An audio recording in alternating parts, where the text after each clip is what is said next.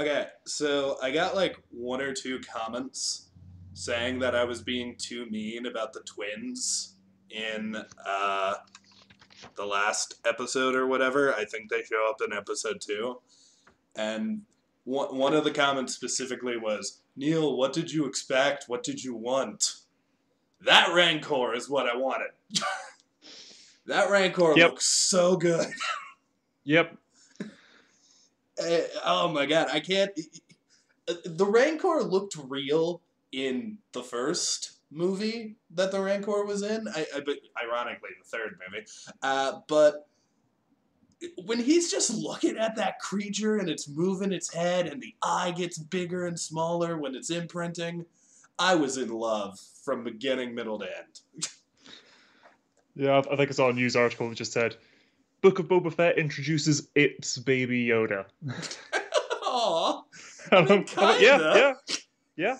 It is really cute, and it's really big.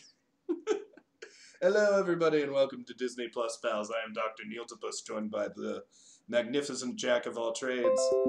We have just watched Book of Boba Fett, Episode 3? Yep. Holy shit, Streets of Mos Espa. There's 4 more of these.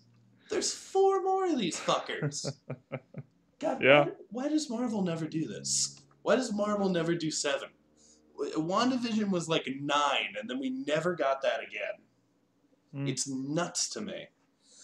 But yeah, honestly, I do kind of like this better than the Marvel formula. Because here, normally we'd be like, we're at the halfway point. Let's judge it as if it's the middle. Nah, man, we got one more. We get to judge that one. Hell, if I was judging this as like the middle of a narrative, I would be much harsher. But it's not. So... Not yet. I'm chill. And honestly, this was a very good episode. So I'm chill on multiple levels. Me and Jack were making jokes off camera. I do want to say they addressed most, if not all, my criticisms this episode.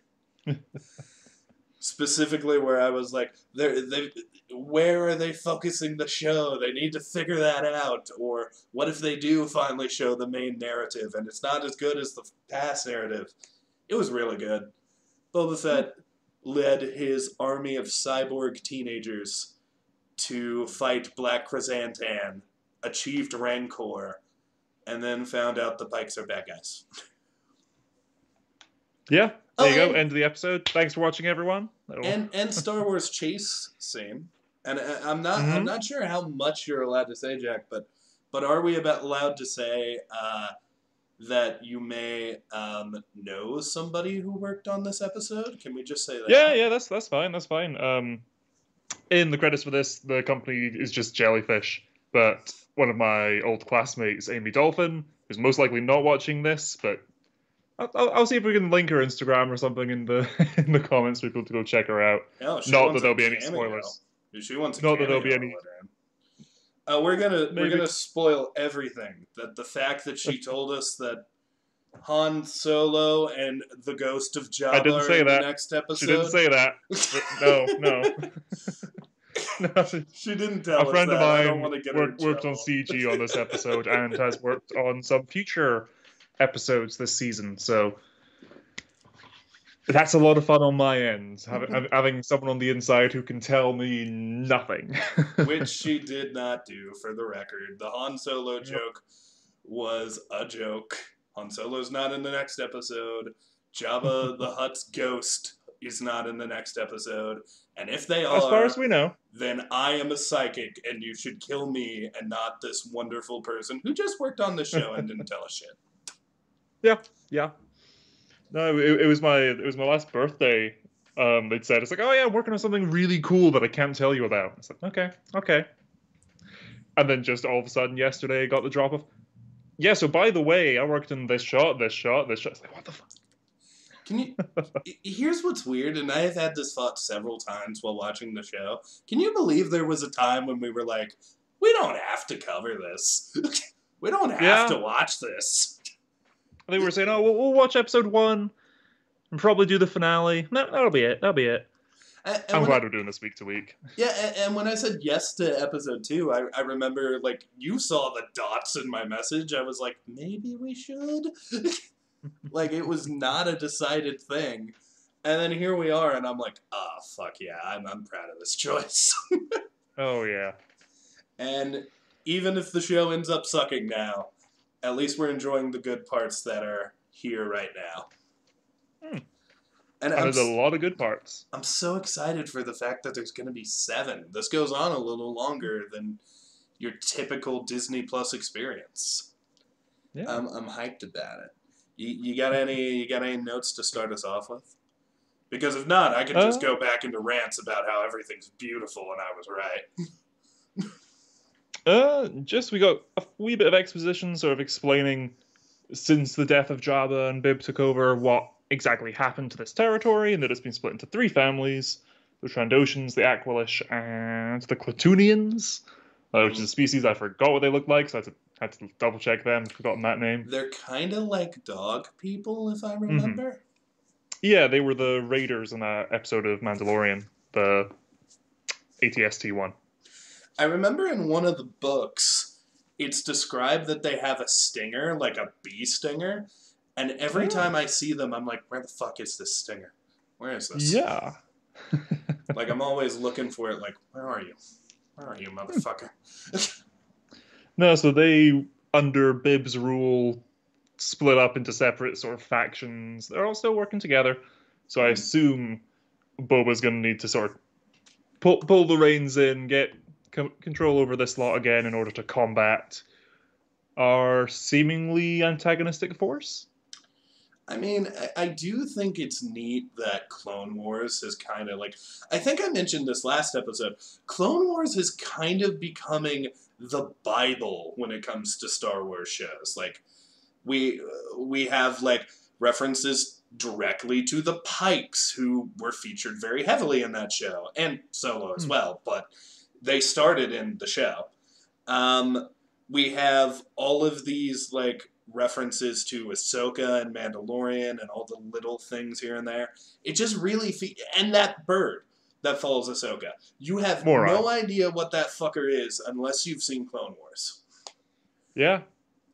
And I honestly think this is probably the smartest thing they can do, because Clone Wars is very good and has a lot of ideas in it that really feel like they could be elaborated on a little more. Like, I would love to see... Like, I always bring this up. I want to see more of the Mortis gods.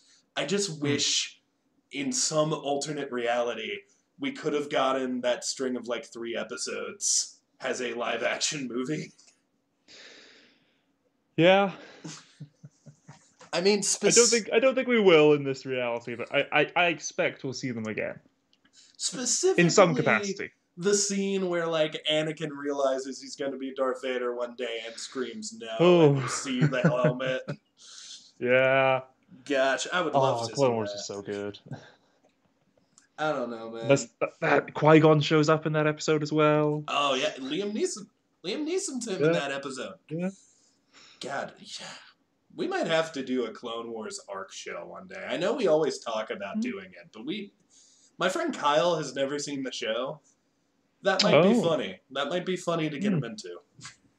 Especially if we start him on the movie and we're like, so do you see why everyone loves it? Well, that's the thing. You need to start with the movie so you can watch it as it just gets better and better.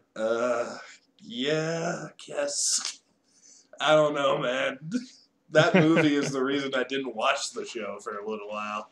I was like, they're all going to be like this? Yeah, I actively thought that it was going to be like a show for babies, because I was like, are they all going to be like this movie? No. That was around the age I was getting snarky, though. I do remember my mum, like, we said, I don't remember what we saw instead, but we looked on the local cinema's website and we're like, oh, let's check out the trailers. What's coming up today? What can we go and watch? I remember watching the trailer for it. I'm like, okay, Star Wars. This looks kind of ugly. Don't. We'll go see something else. I don't regret that decision, but I don't even remember what the other film was. I just remember watching the trailer for Clone Wars.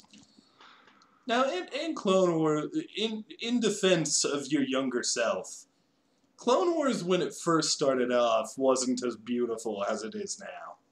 Oh, no. Like, I specifically remember this one episode where Ahsoka is wearing a red jumpsuit, and it is the ugliest shit in the world. They just retextured her model to where her hands had red material that looked fleshy and weird. I did not like it. I did not like it. I can't remember the episode, but it was gross. Didn't love it. But speaking of things I did love, this episode, I assume you got a note in there about, correct me if I'm wrong, this episode started with him going and seeing the hoodlums, right? It talks about all the crime lords, and then he goes to visit those hoodlums. Yeah, he's getting a debriefing from the Matt Berry torture droid, and then Bud Gleeful from Gravity Falls comes in. Who I know the guy's in other stuff, but that's him. I had no idea he was in Gravity Falls. Yeah, he's Gideon's dad. You know, I have heard his voice in other things, and I've always been like, I need to see this guy's face one day. It's weird to see him in... It's not how I was expecting. I expected someone jollier. Gonna be real. Yeah, that's fair. No, he's in this. He's in Amphibia. I think he's the mayor of that town in that show. Yeah, he's a somewhat prolific voice actor. But no, he showed up. He's a water broker, and these kids are robbing me. And as he's telling that story, I'm like, okay, so why are they robbing you? What's the other side to this? And I'm expecting, the plot of this episode is going to be really bare bones. Boba's told this thing. He goes on this wee adventure, realizes he's being manipulated, and goes and kills this guy or whatever.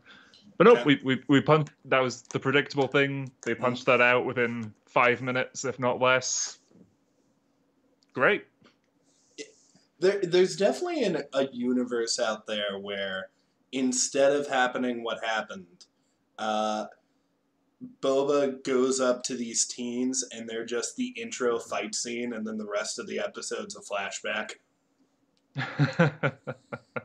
And you can't tell me there's not, because that's basically what the last 2 episodes were. And I'm not shitting on them anymore, because I feel like they know what they're doing. Like, I trust it a bit more now. But, you know, both those storylines have to have a satisfying ending now. You've set them both up as an A and B story. You gotta finish them as an A and B story. You can't just give up on one now. Well, I'm thinking sort of with this episode, it sort of clicked with me more that it is the one story. You know, that we are seeing them at different times, but it's good for sort of messing with you to a certain extent. So, like last episode with the train and everything, when the Hutts showed up and Black Chrysanthemum comes out, it's like, okay, everything's really tense. Everyone's hands on their guns, ready for a Mexican standoff, and that's not the action sequence. It's like, oh, okay. What's going to happen? And we get this amazing one in the flashback.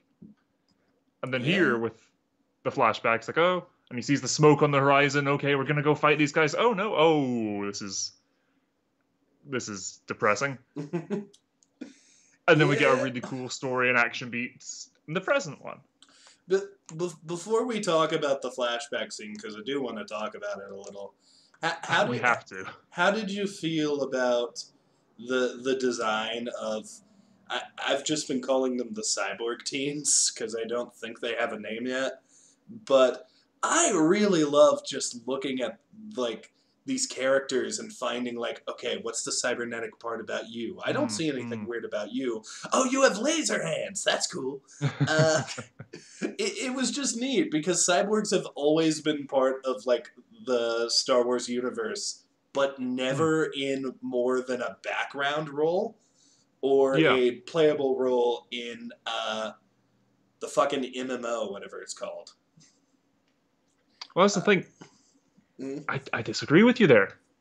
Oh, really? Most of our protagonists have been cyborgs. Oh, that's cheating. Luke, That's Anakin. cheating. They didn't start that. We weren't introduced. They just got robot hands. That's not cool. Honestly, why can't Darth Vader shoot lasers out of his hands like Fennec that guy? has some robotic enhancements, keeping her alive. That's in her gut. That didn't do anything cool. She's not gonna Five Nights at Freddy's somebody. Yeah. But no, it's that great thing is like, this has been a part of the universe that is very well established. And we're getting a wee bit more of a focus on it here, more than Vader, who's barely alive without it, or the Bomar monks, who the episode starts off with, the scuttling along the sand where it's just a brain in a jar. I just really love that one of them had like a drill in their wrists or whatever they did. Oh, a drill in their foot, I think. That was dope. That was it. So it was stomping down like a piston and drilling into the speeder, yeah. There was just so much cool shit, dude. And I can imagine these characters being really divisive. But like, aside... I've watched like, the normies, Blind Wave, a few reaction videos to like this past episode. And other than the prerequisite Power Rangers joke with the multicolored speeders, everyone seems to like these guys.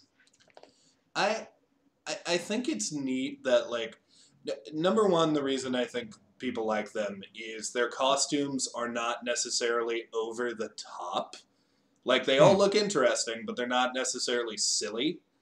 I think the other reason people are kind of digging them is each one of them clearly has their own defined power. That being said, we don't know these characters' names yet, and if we... I'm just going to say it. I don't need an episode where they're fully developed and fleshed out. I don't need the backstory episode, but I would love it if there's an episode where Boba Fett asks, like the main girl, who seems to be the one that Boba respected immediately. I wouldn't mind if he's like, so, where did you come from? And she tells a story about why she joined the gang. What happened there? That would be neat. Maybe she could get everybody involved and be like, this is why we founded the gang. That could be cool. I don't need an episode all about them, is all I'm saying. Yeah, I don't think we need that. Get some fun sort of bouncing off Boba, sort of the more experienced leader earning their respect. I think I want more of them. I don't need their backstory. Save that for expanded literature and all that. But I do also like that Boba has to earn their respect by making the dude, like, by showing, oh no, I'm not doing this with just you. No, this guy is part of my rule too. I'm not giving him what he's asking. He can have 500, and if he bitches about it, I'll come back. Also lower your prices. It's just neat that, like, you can kind of see why people are choosing to follow Boba. Because by all accounts, if they didn't step in, Boba Fett would have died in this episode. Boba Fett would have gotten eaten by a Wookiee. And I think that is a pretty dope way to go. Oh, yeah. I do... Okay, he's like a bounty hunter, he's good at his job, but it's like, how did you get in here without being spotted? Yeah, that is true. Security is rather laxed, it's just Fennec, 2 Gamorreans, and these 4 teams, but... Maybe he snuck in a window. Like, for all of Star Wars' shit, security cameras aren't really a thing on buildings, to my knowledge. So maybe he just went in a window. You have that one droid that sticks his eye out through a doorway sometimes. That's about it. Yeah, and he could be dead. We don't know. Oh, yeah. We don't know what happened to that guy. He's out there, hanging out. Maybe he was on the sail barge or something. Maybe he's at the bar. We don't know. Yeah, no, they're our new recruits. I just like them. I would, like... Here's the thing. I don't need a full episode about them. If they're interesting, I'd love to read a comic book about them. Yeah. I'd love to see them pop up some more. I would just love for them to be Boba Fett's army, I guess. Like Boba Fett and his army of cyborgs. That is the coolest sentence anyone has ever said. Boba Fett riding on the back of this fucking giant beast surrounded by cyborgs and a black-furred Wookie with shock brass knuckles. Fuck you, Mandalorian. Fuck you and your baby Yoda. Oh, well, when Thrawn shows up, he's going to be in for a fight. I'm saying that. Yeah, well, yeah.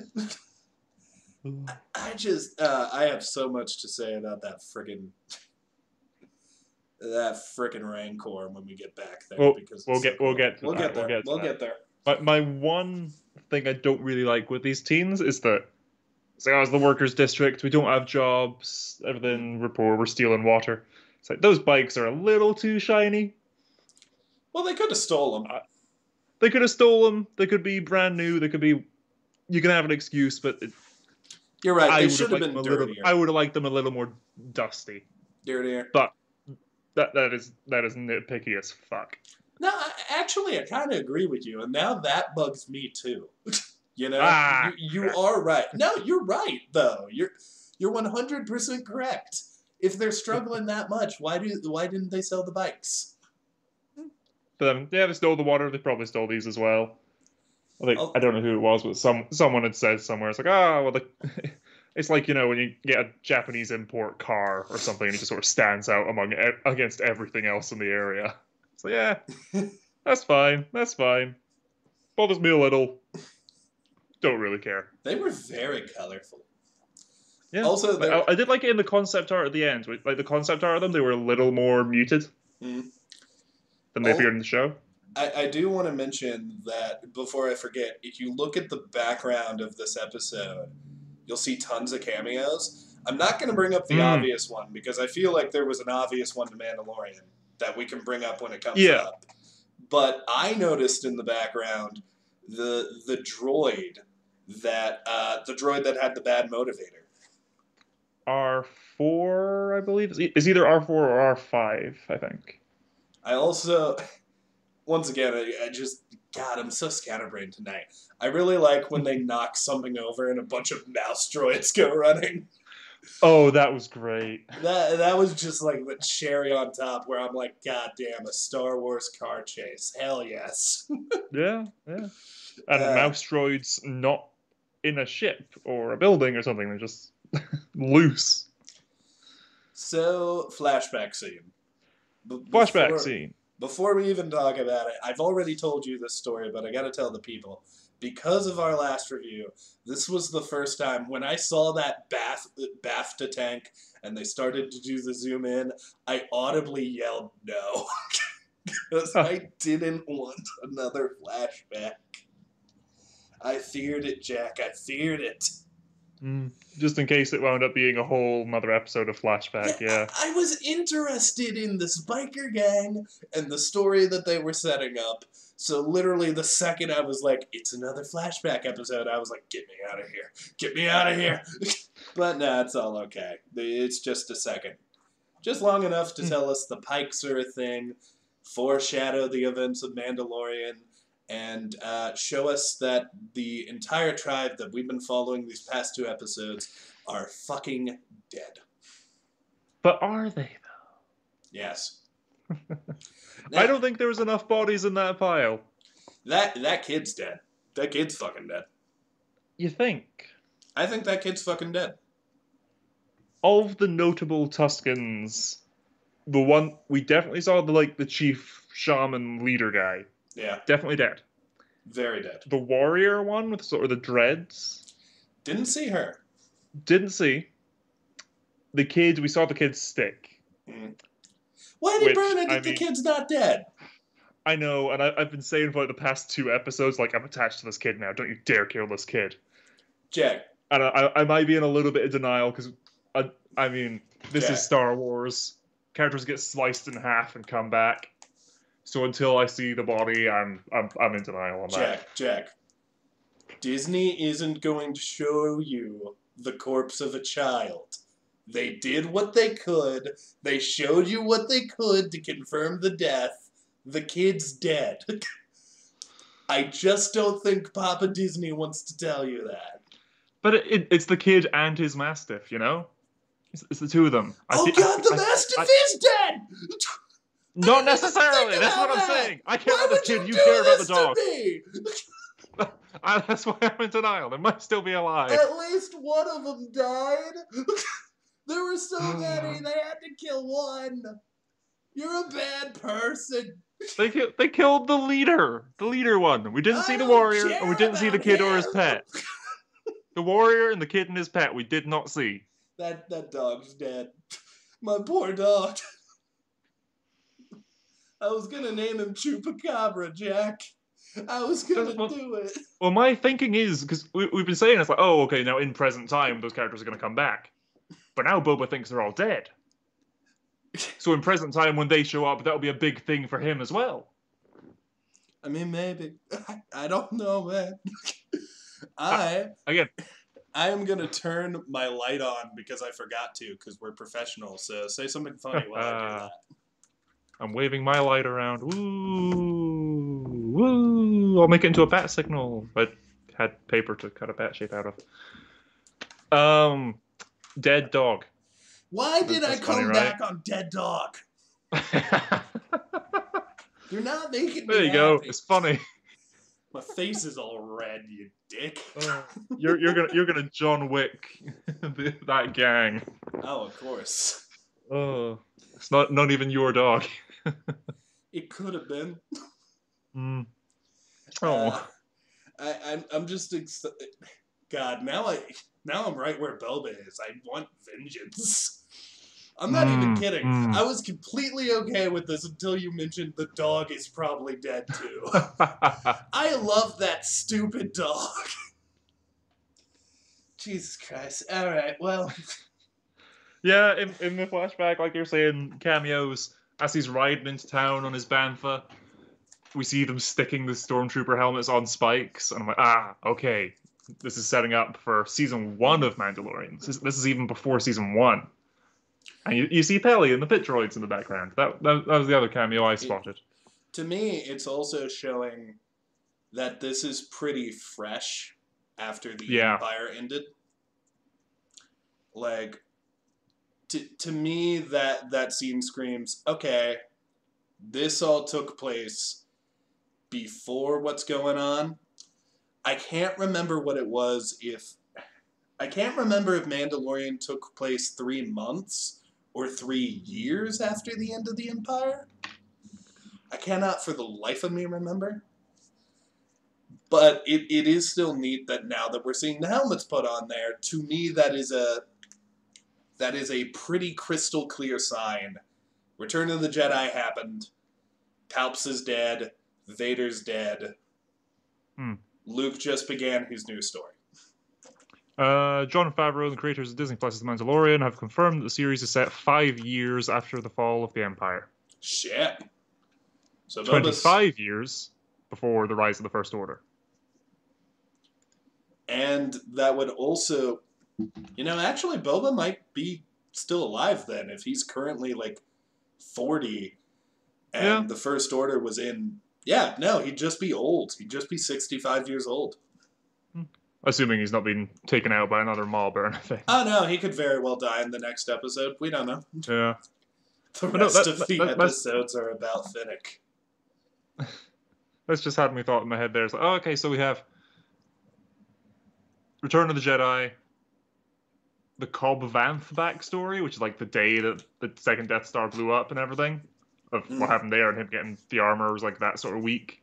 So I imagine this takes place at roughly the same time as that, if they're just getting Stormtrooper helmets. They've just killed all these Stormtroopers.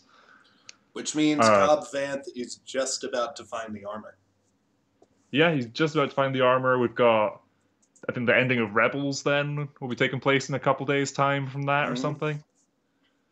And then, of course, Mandalorian starting up, yeah. Well, that's 5 years, but yeah.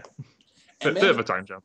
I feel like Mandalorian Season 2 has to take place at least a year after Season 1, right? Maybe. I'd say at Grief least looks older. minimum. True. On Grief, I'll give you that, yeah. I mean, in the first season, Grief, like, Grief just sort of looks like a guy. And in the second season, there's some white in his beard. He looks a little older. Yeah. That had to be intentional, Yeah, I'll give you that. I was thinking a few months. I'll give you a year. Yeah. I'm sorry, I just thought of Mandalorian where Grief goes, "Do the magic hand, baby." Do the magic hand thing. He's just waving. I need to rewatch Mandalorian. Jesus Christ, I'm in such a Star Wars mood. The show's so good. Yeah. I've then got noted. Smoke on the horizon. Oh no. Oh no! The leader burns their stick too. Mm-hmm. I think it's not. I think it's the leader's one that he burns first. I do believe that's true. He burns the kid's one as well. Again, we don't see the kid. Jack, I will also. We don't see his mastiff. I will fuel a little bit of the flames here because I noticed this and I thought it was weird. In this episode, the kid had a different stick. And I remember thinking, why does he have this different stick? It was much smaller, it was much thinner, and it kind of looked like there was a thorn on it. So I actually expected Boba to, like, have a line of dialogue with the kid later where he's like, how was your quest? Like, maybe the kid went and got a branch too, and that's why he's holding a new stick. But maybe that means that he burned the stick and thinks he's dead, even though the kid had another stick. Or maybe someone couldn't find that stick in the prop development sort of situation that day, and they just pulled one off a tree. Who knows? I think it's like that sort of lizard spice hallucination trip. Go get your stick, come back, carve it into your weapon and everything. I think that's more of sort of like a coming of age rite of passage thing. Yeah. Oh, yeah. Because you have sort of throughout a lot of like the night scenes or when they're all sat in the tent or when they're all doing the dance, the kids aren't with them for that. Yeah. And even so I think the kid is just going, he found a stick and he's just emulating the grown-ups, Yeah. I don't think that's his specific one. Well, even before Boba got his stick, he had, like, a different color, like, just training stick. So maybe that's what the kid has, too. But I did still notice that the stick that got burned was not the same stick. I guess that's the good thing about watching these episodes twice. That being said, I still firmly believe that child is dead. I just want to be clear. Okay. I don't want the dog to be dead either, but I do think that, like, if Disney wanted to tell you the kid's dead, they can't show a dead kid corpse. Trying to think of an example where they have. I can't think of anything that started as Marvel where they show a kid dying. Marvel started has owned by Disney where they show a kid dying. That isn't. I mean, WandaVision was pretty close. Well, even then they don't show it. They just shut the door, and we all know what happened. And they're still out there. We hear their voices, and yeah. I'm just saying, if they had guts, they would have disintegrated that kid in front of us. I know my brain just went to Arcane, and spoilers for that. But I've not seen Arcane yet. Yep. I then went, nope, that's definitely not Disney. Look, if the kid's alive and maybe the warrior person is alive too, and maybe they saved the kid and the dog because we'll just live in this perfect world where they cared enough to save the damn dog. Maybe they both got out, and maybe we'll see them again. But I think if we see anyone, it's going to be the warrior. I don't know, though, man. I don't know. Yeah. Then also in this flashback, so again, he went to talk with the Pikes. Said, hey, yeah, you need to pay us protection money. I'm sure my message reached you. And it's like, yeah, it did. But we're already paying these guys protection money, so, So Boba was going to go deal with them anyway. By the time we got back to camp, that other gang had taken out the camp. So even more motivation to go kill these guys. Yay. I hate to interrupt you, Jack, but Black Chrysanthemum's choking you to death. No. I I feel like Black Chrysanthemum literally was like, "We're done with this plot," and pulled him out of the BAFTA tank, threw him on the ground. Stop having flashbacks, Boba. I love that added wee detail of, like, the back tank doesn't, like, drain out as he wakes up. It's been, like, opened up, so the Bacta, I guess, just sort of floods everywhere, so he rips him out of the tank. Now here's the thing: you had a problem with this scene. Specifically, how did the Wookiee get in there? My problem is, why didn't he open up the tank and just stab him? They have a history. It's somewhat personal. Yeah, but if I like had a friend who I have to kill, I'd just want to do it quick, like if I had to. I think it'd be a wee bit of a stretch to call them friends, but yeah, that's fair. I mean, yeah, true that. I loved when friggin' I did notice.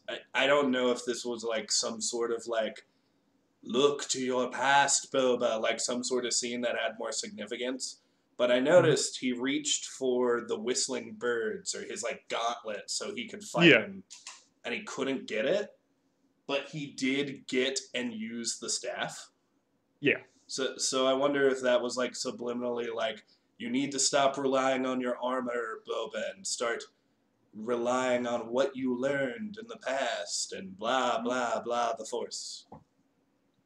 I could see that, yeah. I think it's, this is now a part of his arsenal and everything. We've seen him fighting with all his gadgets and tools and everything back in the movies. Great. We saw him last season of Mando fighting with the staff. Getting both of them. Yeah, I think that I do like that he's constantly getting rewarded for his respect. Like, the Gamorreans saved him in episode 1. The teens save him in this episode. And the Gamorreans again. A lot of action going on for those pig people. Giving more of the why people do respect him. He's like, this guy's injured. Get him to my Bacta tank. I want to bring this up because I don't know if I'm the only person in the world who thought this. Maybe I'm just the weirdo. When Black Chrysanthemum lifts Boba and there's a shot of his feet, did you notice anything weird about that shot? Not off the top of my head. I swear to God his toe is broken in that scene. Like I swear to God his toe is like, I don't know if... Oh, yeah, I now that you say that, I do remember he's sort of straining a bit or something, yeah. One of his toes was like straight up bent in a weird way, and I swear it looked broken. And I was like, dang, Disney, Jesus. I mean, given everything this guy's been through, wouldn't surprise me. I mean, I also have a question. What is he still healing with the BAFTA tank? I'm curious about that. Sort of, in general, he's still a bit scarred, Like, when we saw his back, when he was getting sort of robed up by the Tuscans, his back's all fucked up. I mean, that's fair. But we saw him butt naked today. Well, not butt naked. We saw him pretty naked today. And he seems all right, so I don't know if something is healing internally, perhaps. But could be. I don't know. It does legit seem like he maybe doesn't need to be in the BAFTA tank anymore, but Favreau wants more flashbacks. Yeah. Again, like at the start of the season, he lost that fight with the assassins, so he's probably still recovering from that a little bit. 2 days later for this episode. But I imagine, again, we're probably going to see more of the BAFTA tank and everything the rest of the season. That's just how it's going to go. I do think, I guess I meant to ask you this earlier, but I'll ask you it now, because we're talking about the BAFTA tank, so it's still applicable. Do you think that that today was the last flashback? Or do you think we're going to see flashbacks of him getting the revenge? We have to see him getting the revenge, because the Pikes are the antagonists seemingly in the present. That means that it's not going to be these guys. Like, that story has to be resolved before present. Yeah, that's true. I just wonder if there's, like... Okay. So I think there's a solid chance that we're going to get a twist villain. And here's the reason why I think it. So you'll note they keep drawing attention to the fact that the mayor was like, who do you think really sent that assassin to you? Like it was in the flashback episode. And I think we all naturally assumed it was the Hutts. But then the fact that Finnick and him were talking about it, and friggin' Finnick's like, it could be the Hutts. And the fact that the Hutts didn't send another one of them, they just sent Black Chrysantan. I don't think it was the Hutts. I don't think it was the mayor. And I don't know if it was the Pikes. Kinda. So I'm wondering, what if there's like a third party we know nothing about yet?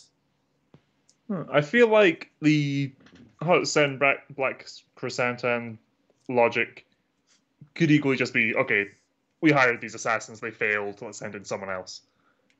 But saying, I do agree that there's definitely more going on.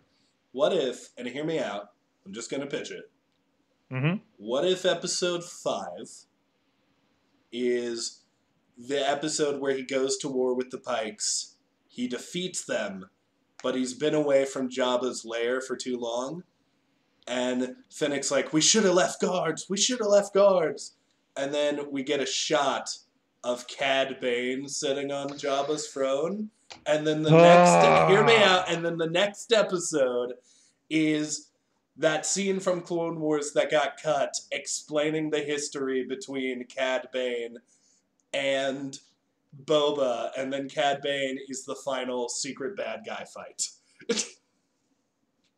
That'd be such fan service. I would have no complaint whatsoever if that's the direction this goes. Best scene in the show will be when Boba's about to lose to Cad Bane and Black Chrysantan comes in and they fight him together.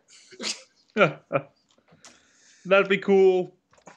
Having only just met Black Chrysantan last episode, I think I'd prefer just the two of them. But well, here's the thing, and I will bring this up. I haven't studied Star Wars enough to know this, but I remember the original reason why Chewbacca stuck with Han is because Han saved his life. It was a life debt. Yes. I wonder if life debts are just part of Wookiee culture, because if it is, Black Chrysantan currently owes one to Boba. Good point. And it could lead to a Wookiee punching Cad Bane in the face, and I would just really like to see that. It very well could, and I am expecting him to show up again. Probably in this show, yeah. Look, I don't know if he's gonna pop up. I'm not saying he's gonna pop up. I don't want to ruin the show by saying this theory that would be really, really cool.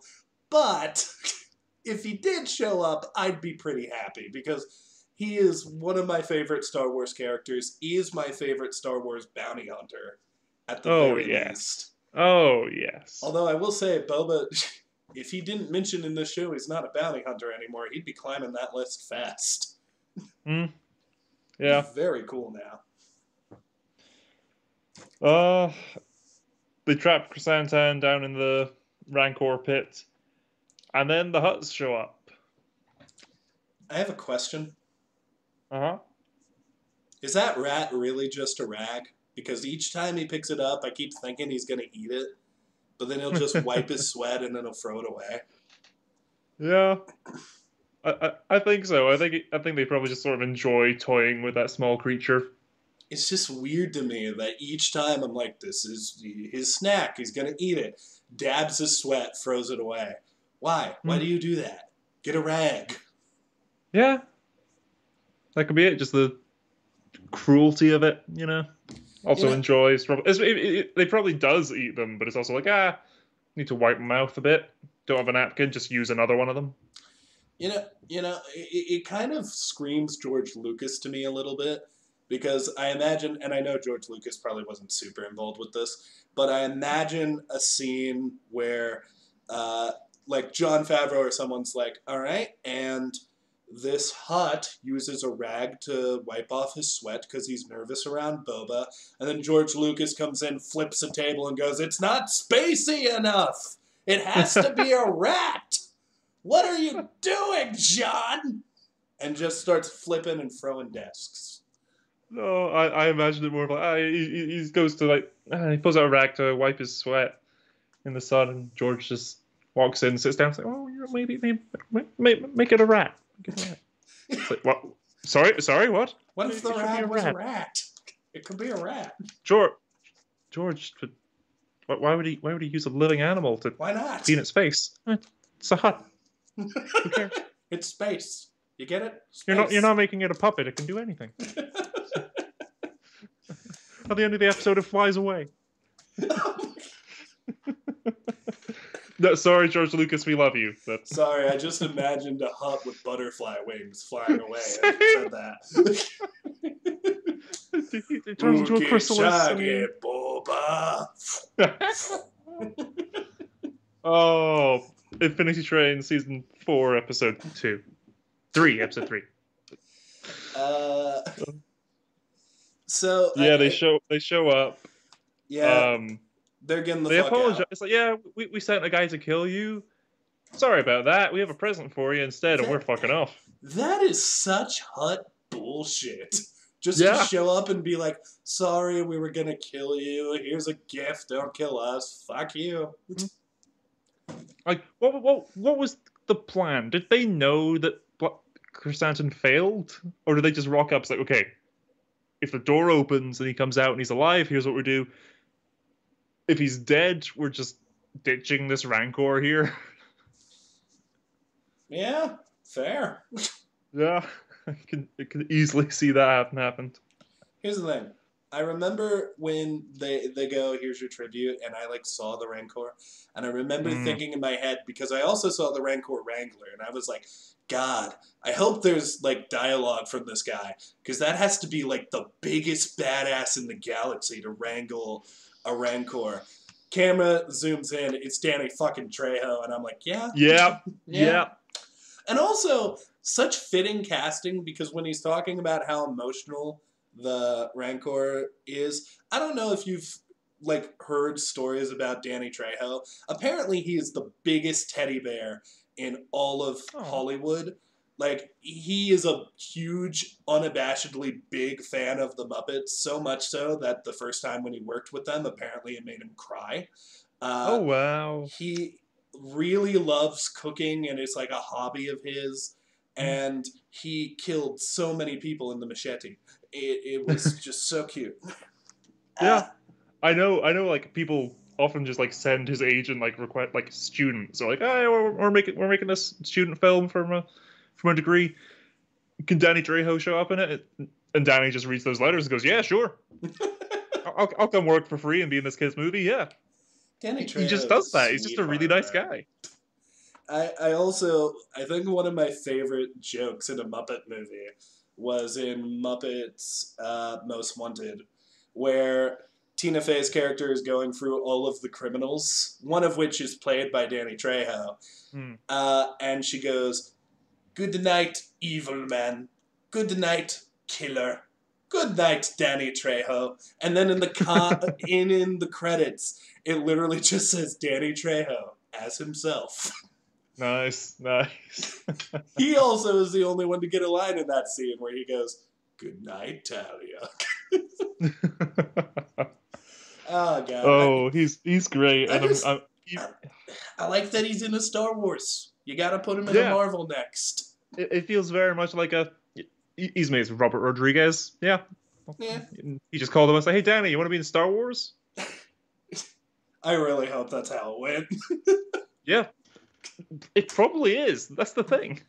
And even then, he still gave him a super badass role.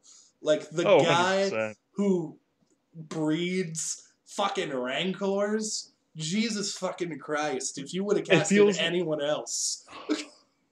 You know what it is? It's I remember Lord Miller saying this in an interview for Cloudy with a Chance of Meatballs. They were talking about who should play the cop. I'm like, we want a Mr. T type character. And someone in the room just goes, "Why not call Mr. T?" Like, no, we can't do that. We can't do that. We can't do that. They called Mr. T, and he's like, yeah. It's like, Robert Rodriguez is sitting there with Filoni and Favreau. He's like, yeah, so thinking sort of Danny Trejo-esque character here. And they're like, let's just call Danny Trejo. Dude, I love that. I love that amount of fame. Yeah. Like, I want to just one day be like, man, I wish Tom Hiddleston could be on our podcast. Call him up. Call up Tom Hiddleston. He'll do it. Yeah. Tom Hiddleston watches this episode and he's like, I need to get with these people. Yeah. And Danny Trejo, if you're out there and watching this, we would love to have you. I would love to eat at your taco stand. Apparently he does have a taco stand somewhere. That opportunity arises, I am booking the next flight to America. I would like to try your food, man. I'll do it. He's such a good cook.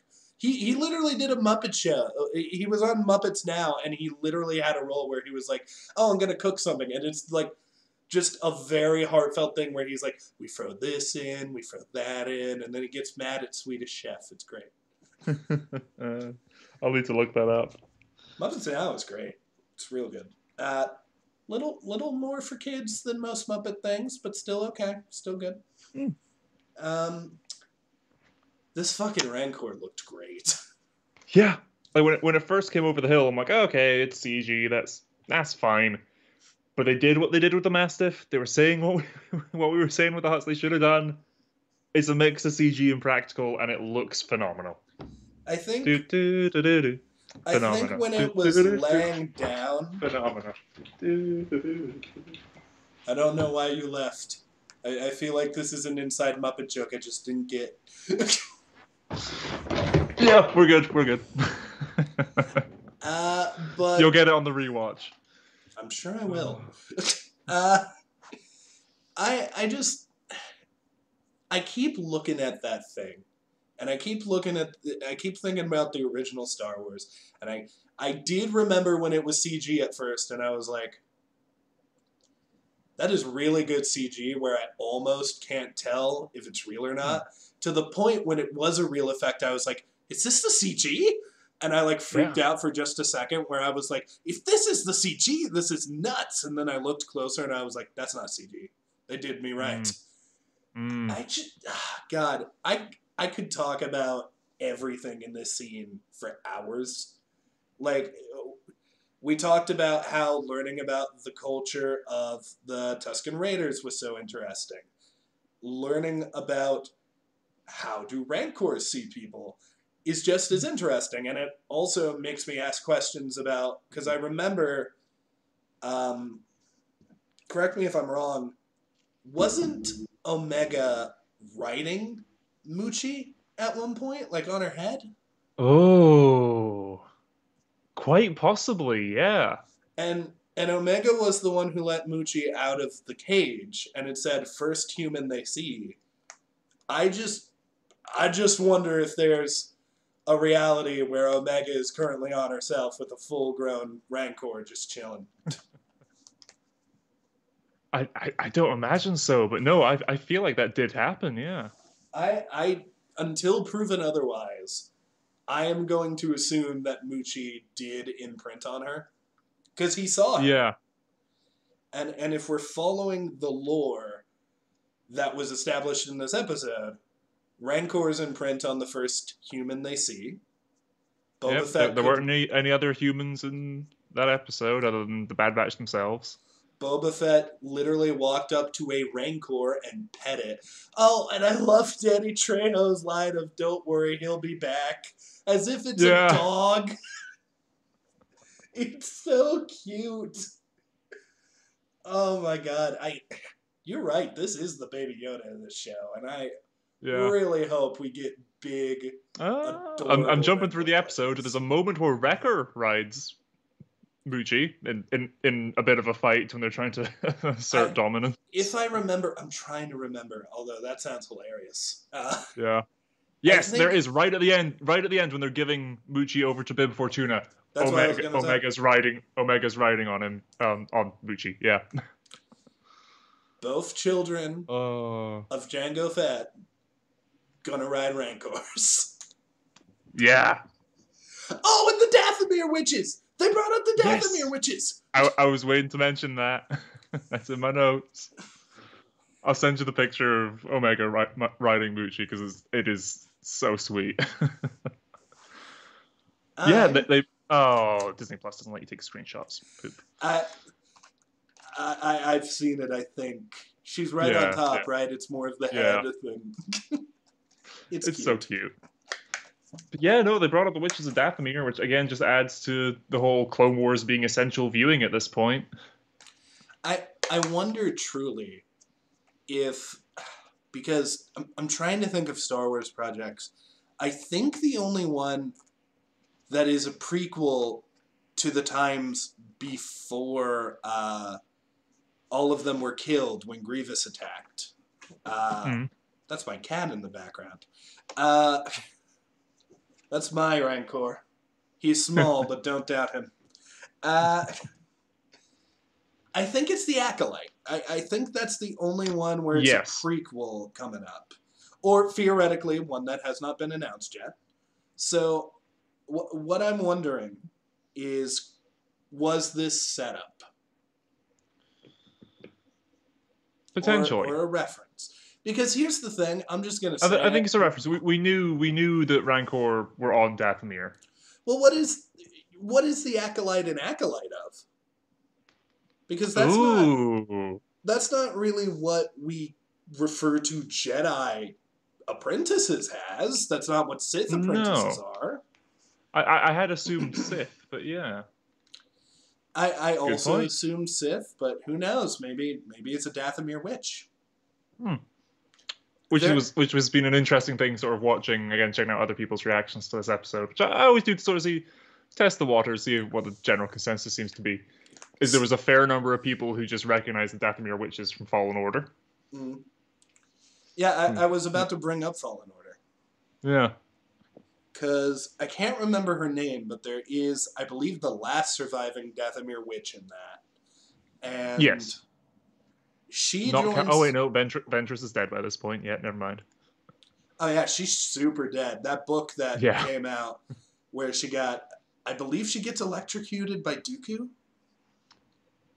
I can't remember if that's what happens. I haven't read it, but yeah.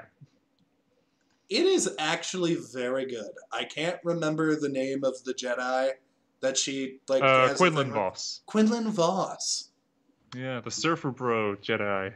He had a yellow line on his face, and that was cool. Fun story about Quinlan Voss. I'll just tell all the Star Wars stories, I guess.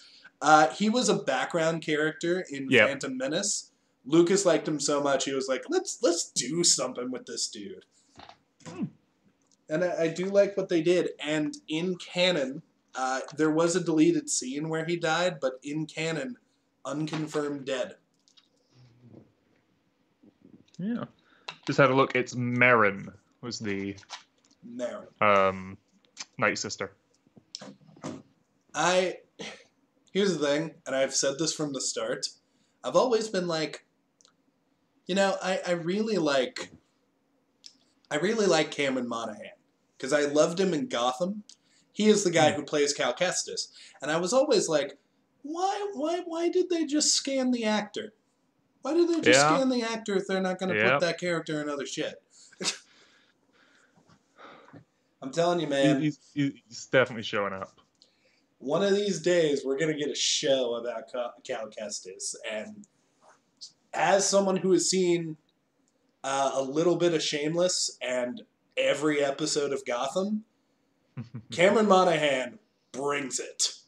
I've seen him in Gotham. Well, I was hoping he was going to play Carnage before they casted Woody Harrelson, which I thought was perfect casting.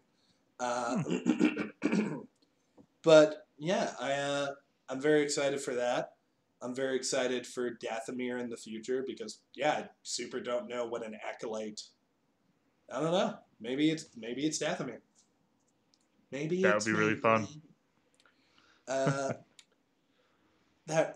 God, I keep going back to that Rancor. It's so cute, and they're so emotional. I know. Oh, I'm waiting till we get a name.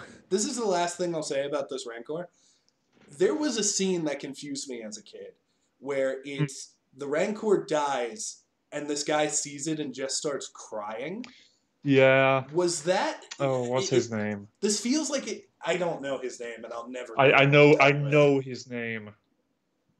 Bob. It's gonna bug me for the rest of the recording, and I need to look it up, but I do know his Bob. name. Oh, someone's dying. Oh, yeah, I coughed for a second. I muted it so they didn't hear it. Ah, never mind. But I wonder if that was his handler for Jabba. Yes, it's Malakili. He's just known as the Rancor Keeper. Malakili? Malakili. That's way too cool of a name to give to this random dude. Yeah. So he comes out and he starts crying. I remember the Lego set they did for Luke versus the Rancor includes Malakili, and he's got his face, and then the other side of his face is him crying. Freaking... there are characters in this universe called Cobb Vanth and Dash Rendar, and yet Malakili gets the cool name? He's only in the movie. I think Cobb Vanth's a pretty cool name. I think Cobb is not something I would ever name a child. I like Cobb Vanth alright, but the man's name is It feels very Cobb. Western to me, so I quite like it. When you say Cobb Vanth, I like it, but the man's... It's Cobb. His name is Cobb. Yeah. And I don't like it. That's why they call him. That's why they call him Marshall for a lot of it. Cobb Vanth sounds awesome. Cobb sounds dumb. Yep, corn on the. Yeah, no. So yeah, Malakili was the previous Rancor Keeper for Jabba, and now bloody Danny Trejo is the Rancor Keeper for Boba. And honestly, I would have no complaints if that is his character name. I honestly kind of hope that Danny Trejo... You just hope his name is Danny Trejo? Yeah, I'd have no complaints there. Ah, yes, Han Solo, Luke Skywalker, Danny Trejo. Yeah. It does kind of sound Star Wars-y if you say it quick enough. But I... had another thing to say.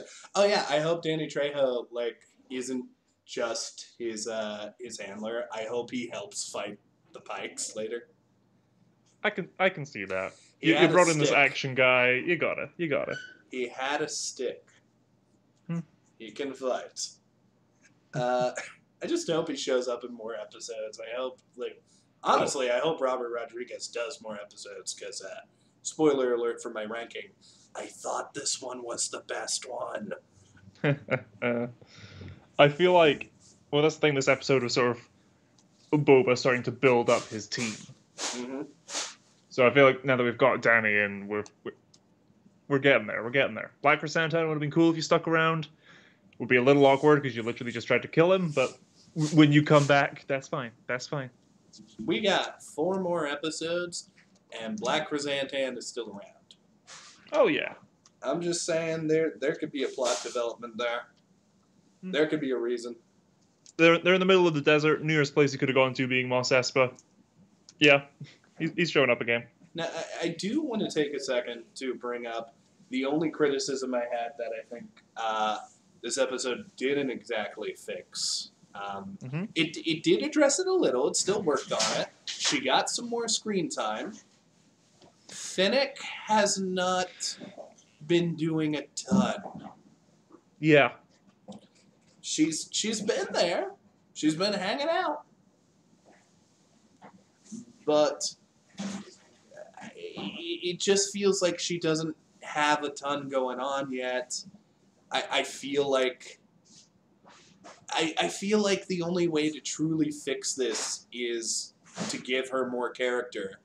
And I wonder if the only way you can really do that is if you do show the first scene of them meeting and have them have a discussion. Yeah. Because I feel like Finnick doesn't have a lot set up for her yet, except for she's really cool. Yeah. My thoughts, I sort of realized this is, what you call it? The best Finnick has been, for me. Mm-hmm. Again, the little moments where she's bouncing off Boba. The two of them having their back and forth is great, and their banter. but it's Bad Batch when she is like a focal character for 2 episodes. Yeah, great. And she's great.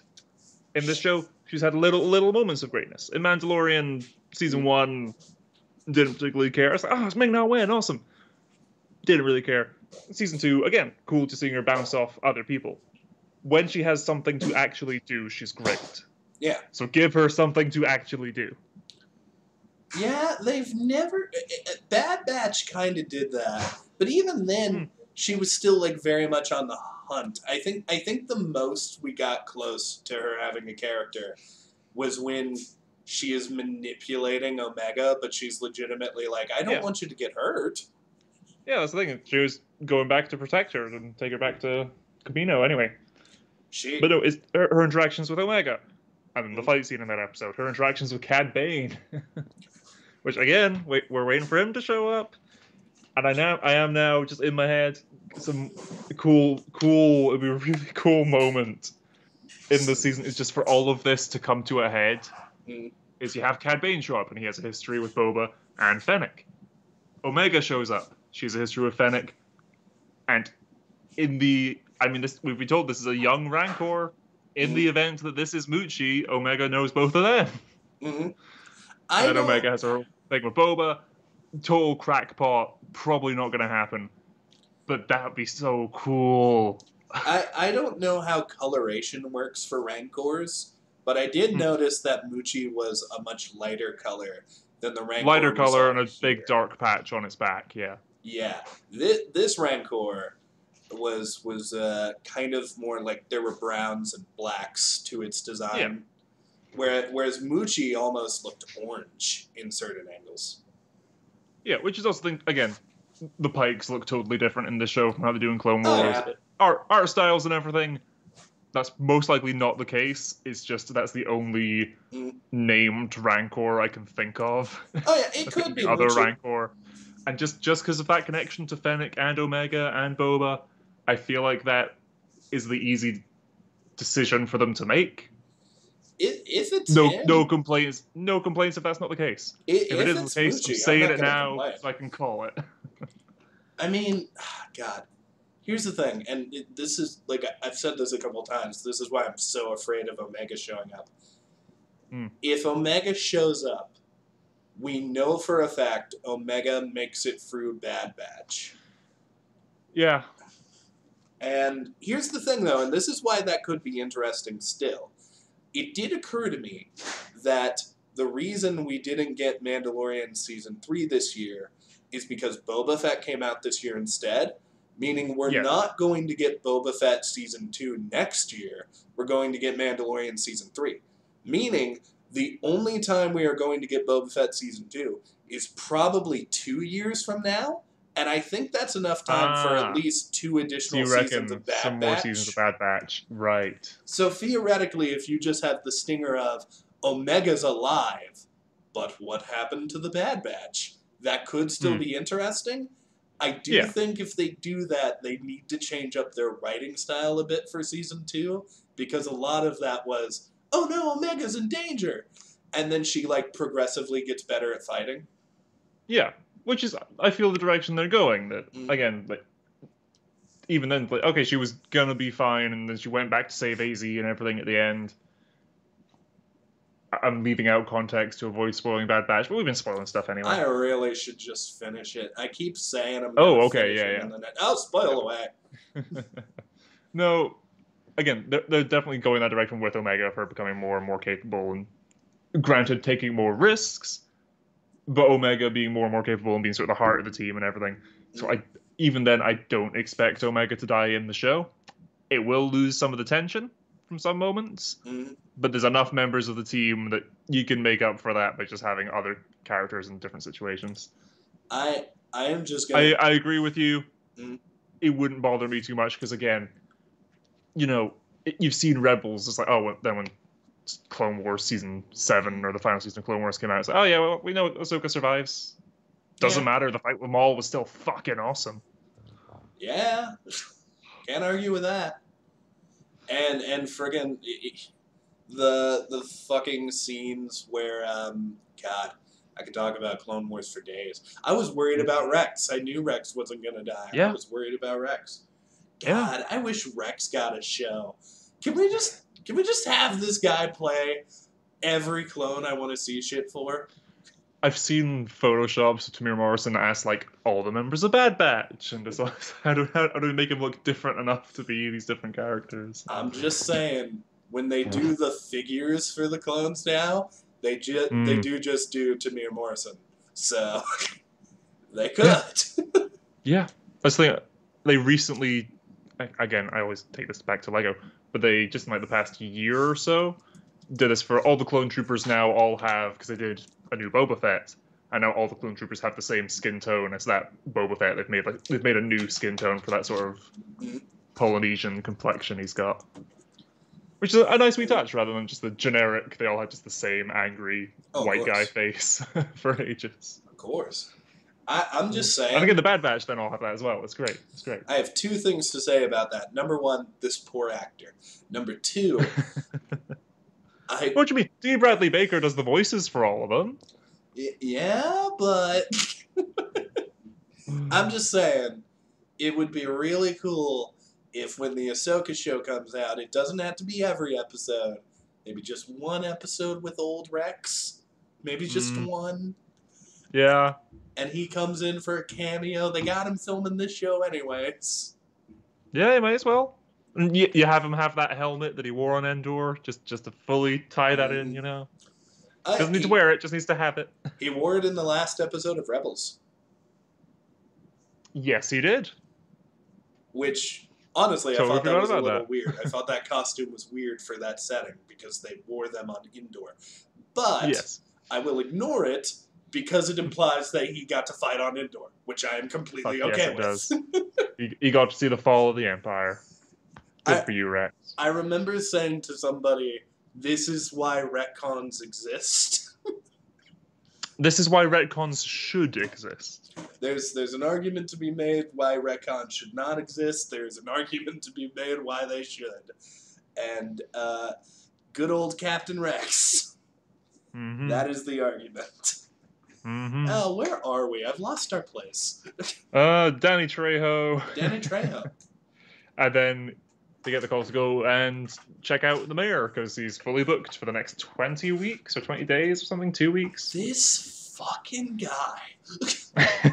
This fucking guy. He literally is like, I'm not going to pay you even though I get that you're like new into. If he wanted to keep up the illusion, he should have paid the fucker. But yeah, he's fucking Twi'lek dude. Yeah, he's Major Domo, who I'm waiting for a name of so we can properly address him. But yeah, I mean, I feel like he's going to be a prisoner of Boba's. I also wouldn't be surprised if the next episode opens with him like pushing the Major Domo's face towards the Rancor as like a threat. Oh god, I would love that shit. I love that he has a Rancor now. That's so cool. Yeah. God, you can imagine that guy even going like freaking out because like, what happened? I thought it was dead. This wasn't here when Bib was here. What the fuck happened? This is very cool, and I also wonder if like maybe them giving him the Rancor was actually them showing we're taking your side. We hope you take out these Pikes, but that's just so we can come in later and take it back from you. Yeah, they did mention that. Like, I think Fennec even says, like, do you buy that? No. So the twins have something else going on. And I could very easily see, because it's war's bad for business. So we'll let you guys fight it out, and then we'll come in for whatever's left. I can easily see it going that way. I do. Here's the thing, and I know I brought this up in episode 1. I'm sticking with it. And now I'm homing down on it. This show's going to end with Boba Fett no longer being a crime lord. It's going to end with Boba being the people's choice. We now know the mayor's a bad guy. Boba's likely going to kill him. What happens after that? Boba Fett's going to be the mayor of Mos Eisley. That's how the show's going to end. Yes. I expect it to end, again, I said this back in episode 1 in contradiction to your point. Again, yeah, I do expect it to end at that point, but still with him being the sort of crime lords. Like, yeah, we're still doing this less than reputable stuff. But I'm a man of my word. The people respect me. Everyone's fine with my rule. That's where I'm expecting it to go. Well, it's already a shithole, right? So I feel like if he just went, we're all still criminals, but also I'm a governing force, no one would care. Especially if he, like, is still helping out the little guy like he did with the teens. Like, even the act of just being like, lower your prices, that's already, like, what a good political official would do. Once again, Boba Fett for King of Tatooine. Let's go. Once again, I don't necessarily know if I want a situation where it's like Boba Fett's no longer the cool badass criminal that we're used to. But at the same time, the show is really leaning towards the respect angle, and I gotta be real, it's winning me over a bit. And if they really want to hone down on this is not a bounty hunter, this is not a criminal, only one way to do that. They gotta make him official. They gotta make him legal. That was a motorcycle outside. No, it was one of the teen speeders, because we got that chase scene. Haha. Good transition. Nice. Well done, me. Yay. Okay. You know, the fact that you congratulated yourself, I'll give it to you. I was going to be like, nah, it's just some asshole, but sure, it was one of the teens. Yeah, so they go in, the guy locks the door, and I love Boba's reaction of like, did he just lock the door? Seriously? We're doing this? Okay, here we go. Boba Fett has the best reactions in this. Yeah. Like, in the first episode where he was like, he wants a tribute? I'm the crime lord, he should pay me. God damn it. Yeah, I do think a lot of that is just Tamir Morrison's personality coming through. Also, we have to monitor Star Wars language, because as far as I'm concerned, we now have undeniable proof of what dank means, which I kind of assumed already what dank means, but when Boba literally went, you talk a lot of dank, I think it means shit. Well, dank ferric being a turn of phrase as well as an expletive. Yeah. But what's a ferric then? Could be fuck. Shit fuck. Yeah. I don't know. When I'm angry, I've let out a shit fuck or two. Yeah. Oh. It could also be we got a few drops now. We got Gak. We got Gak at the start of this episode with the teens. Like, oh, pack up your Gak. So grab your shit. That one I know, because apparently, I think I read it in a book, or it might have been in a script or something. Gak just sort of means your crap and your tech. Like, grab your crap. Crap. Cool. Nice. And Carabast. God, so many Star Wars words. Rebels references in this. He crashes into Mailurons. There was a theme park reference in this as well. Well, it's technically just a Star Wars reference, but I did want to bring it up. When he tells Danny Trejo to, God damn it, please give him a name so I can stop saying Danny Trejo. When he tells Danny Trejo to feed him like an entire Ronto corpse. Fun fact about Rontos, I've eaten one. They sell them at Galaxy's Edge, a Ronto wrap. I actually had a Ronto breakfast wrap, which is kind of weird to me, because that means that they serve Rontos in totally different fashions, and also throw them to livestock. Yeah. And if you ever Googled Ronto, they aren't pleasing to look at creatures. So, I'm all for it. I have not. I'm aware of the existence of the Ronto wrap at Galaxy's Edge, and again, that's one of those things. Gonna try it when I go. It's not... The one I had wasn't great. It was very dry. Very fucking dry. In that case, it befits the appearance of the creature. Yeah, he's in the desert. I've heard the other one's better, though, but after... By the way, recommendation to anybody who wants to go to Star Wars Galaxy's Edge. I know the appeal. I know you want to do it. I know me saying don't do it isn't going to talk you out of it. The blue and green milk is awful. I just want to warn you about that before you do it. It's fucking awful. That's fine. Again, like, I'd expect it to be. I know. I just don't want someone going in to be like, a refreshing slushy. Oh, God. Because here's the thing. It doesn't taste like milk, and it doesn't taste like ice cream. It tastes like something else, and I don't know what it is. On a similar tangent to that, if you go to the Warner Brothers studio tour down in England for Harry Potter, butterbeer is kind of disgusting. Here's the thing. I don't like butterbeer As expected. As expected. But I do have to question this. I've only had it once. I've only had it once when I was there. In the books, it is always described as being warm, and it was served cold. So I don't know if that's just the thing. Here's the thing. But I've been leaving it there. I've been to the Three Broomsticks. I've been to Hogshead. I've been there. So what it is there is an iced butterbeer. That is theoretically what you had. There is a normal out-of-the-tap butterbeer, and I do think there might be a heated option. However, what I believe to be the best butterbeer option is butterbeer ice cream, which is the only one I liked. And it was really good. I bought a ton of it. And then I realized it was all going to melt on the plane, so I ate a ton of it and regretted none of it. There's a reason I am fat, and it is butterbeer ice cream. Theme parks are so cool. I feel like that needs to be added to my list of shirts I need to make based on our podcast. It's just me with like a tub of butterbeer ice cream on my head. And it is butterbeer ice cream. I just want a shirt of me cuddling all the cute Star Wars creatures. Me and my Chupacabra, me and my Rancor, just cuddling. God, I'll make that one day. I'll do it. But all ice cream aside... there's a speeder chase. Great fun. Dope one. We already talked about all their powers. I love how the motorcycles look. They look a little like Vespas, and I didn't love it, but they look cool. I like all the mirrors. It's just nice to see. The girls one just has so many mirrors.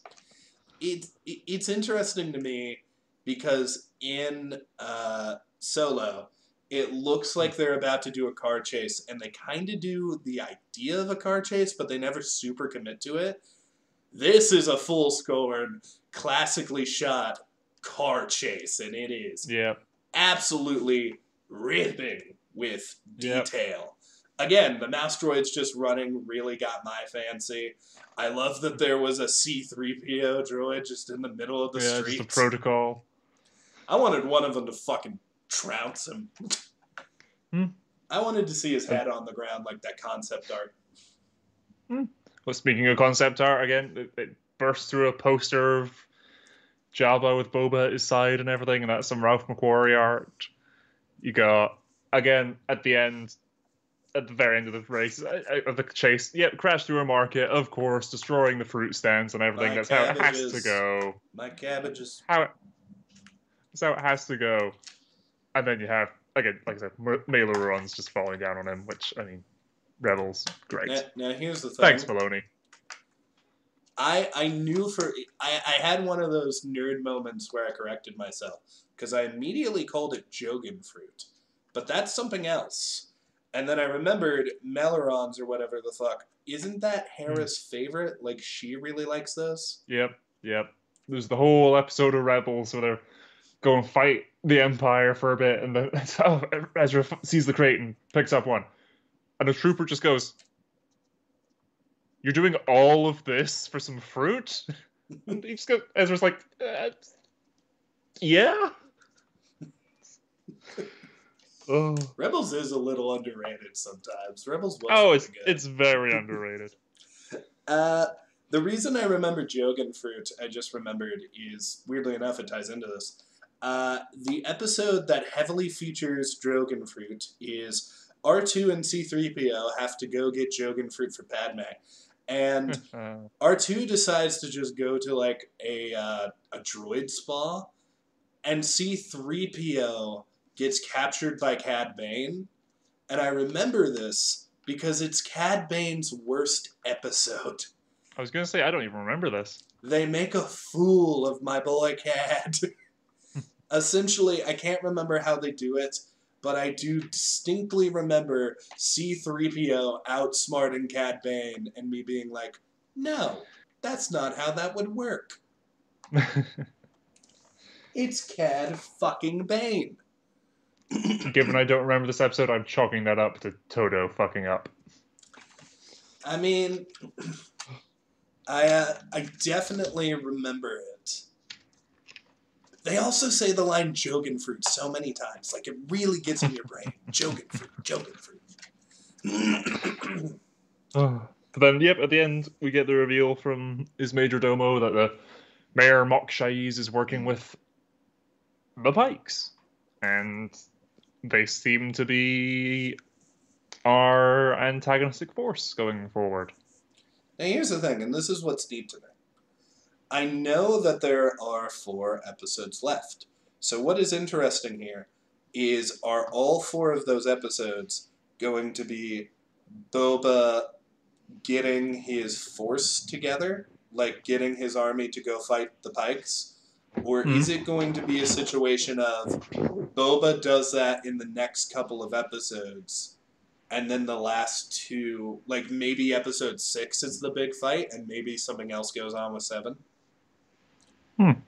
Because I do think there needs to be like at least a good half of an episode where Boba just sits down and shows that he is now the king or in charge of Tatooine.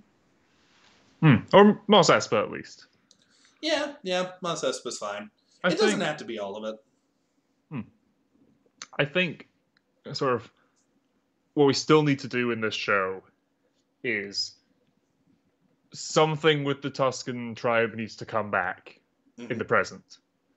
Something with that needs to come back, whether that's the kid and the Mastiff and the warrior or what. That needs to come up again. Boba's training and riding of a Rancor.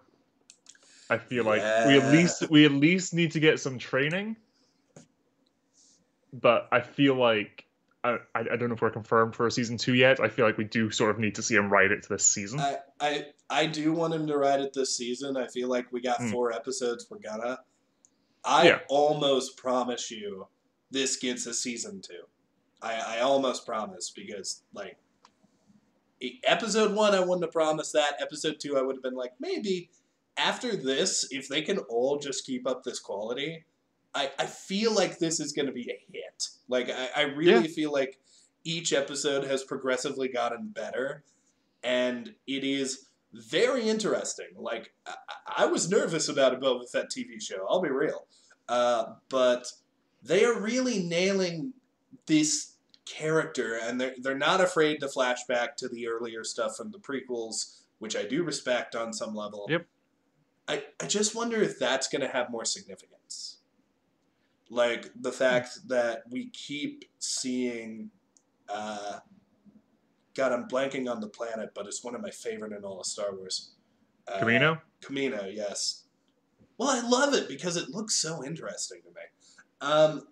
You catch up on Bad Batch. You see more Camino in that. Oh, nice. I love Camino. But I think that I think that the show is going to appeal on a bigger level. They just got to nail the landing. And if they can do that and keep us interested for the next 4 episodes, honestly, very solid thing here. Very solid start. I would say, so far, this narrative and the fact that they've ran with these 2 A and B stories this whole time and not really introduced other stuff, which was a nitpick of mine in Mandalorian, I am, in a weird way, starting to prefer this. Again, it's still early. I can't make a final choice on that. But if all of the rest of the episodes reach this quality, and they're all carrying these same 2 storylines, fuck yeah, this was better. I'll say that. Assuming they don't drop the ball. Which they could. That's the thing. Going with the previous Disney Plus Star Wars shows and seasons, I do think that is the potential Mm-hmm. risk with this. Risk's the wrong word, but they've all stuck the landing. Yeah. It has just been bad, just like okay, that's a bit of a fillery episode we didn't need. Clone Wars, like I have warmed up to the Martez sisters arc and everything now, given other story progressions later on. But that arc I still don't love it. wasn't a huge fan of them. Mandalorian, again, there were some fillery episodes, but all of them stuck the landing. Mm. So I think if Book of Boba Fett, again, no doubt, will stick the landing. Mm. It's just, okay, 4 episodes left. Last one, we're assuming is going to be good. Just keep us invested for the next 3. That's all they need to do. Which shouldn't be difficult, given where we're at. My only worry now is the flashback revenge plot. Because it's just Boba now. Again, theoretically, that warrior could pop back up. But right now, it's just Boba, and he's going to go fight this whole gang. And I don't know, it feels like that story plot could be over. And the one thing I will suggest that theoretically could make that a bit more interesting is what if this is the catalyst for Boba to unite all the Tusken Raider tribes?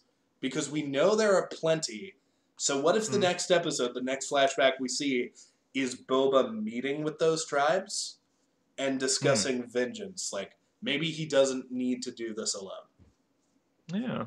That could be interesting, because, again, he's officially a member of that tribe. So, he's officially as a representative of them, as the last survivor of that one. Here's the thing, though, and this is why it's interesting. He's officially a member of the tribe he joined. Yes. But now every other member of that tribe is dead. Will the others accept him? And I don't know if they will. I think that's going to be... He might have to prove himself in combat or something in the next episode. I could see that. Go in Avatar direction with the sort of the dragon dance fighting form, have him do the dance, the choreography you learned before, and that's how you block the blows that are being dealt against him or something. That'd be fun. Oh, that would be cool if he proved himself with the dance.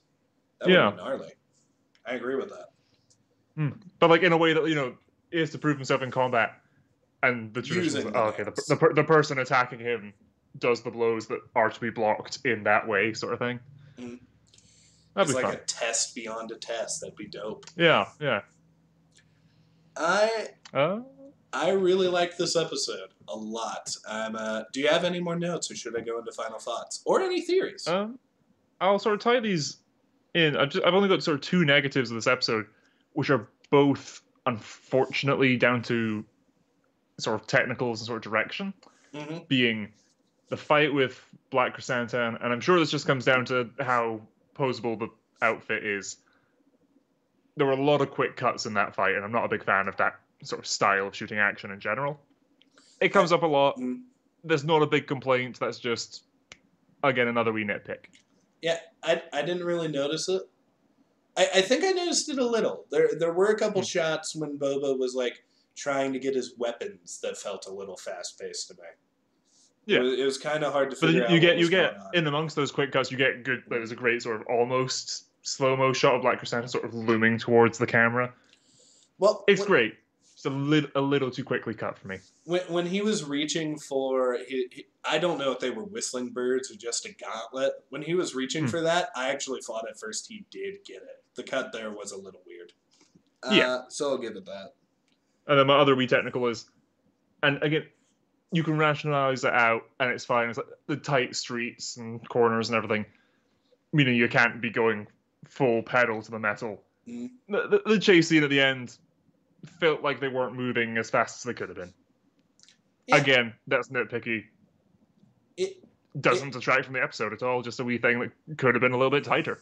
It like, also had those 2 points. Had I not had those 2 points, this would be a 10. It also felt... Oh, damn, 10, shit.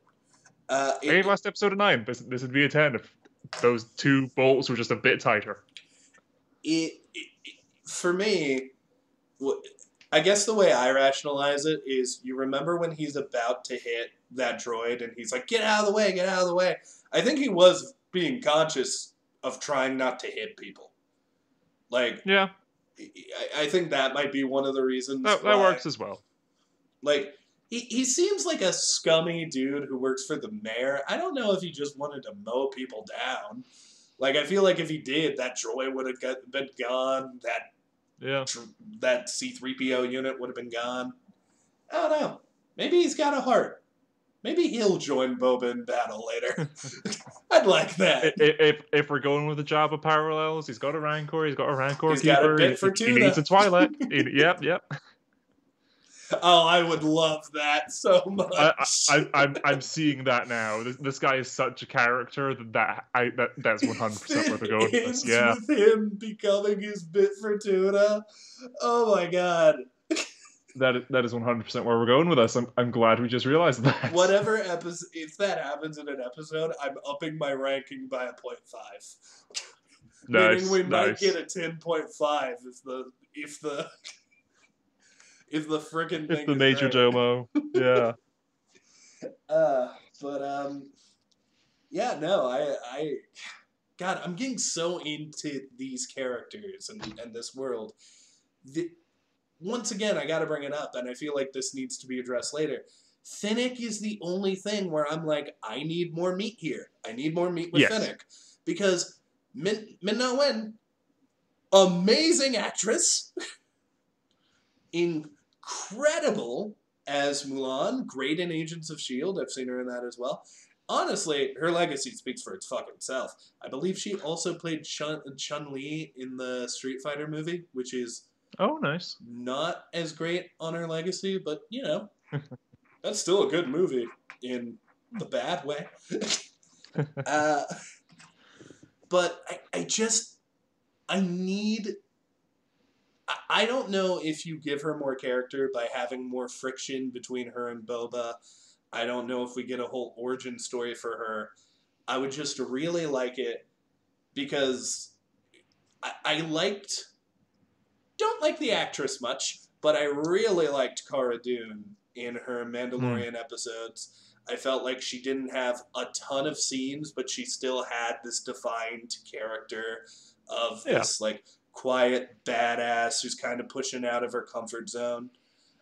With Finnick, it just kind of seems like she's there, she'll do something cool, and then she'll go quiet again. Occasionally she'll say something funny or throw a knife in someone's hand.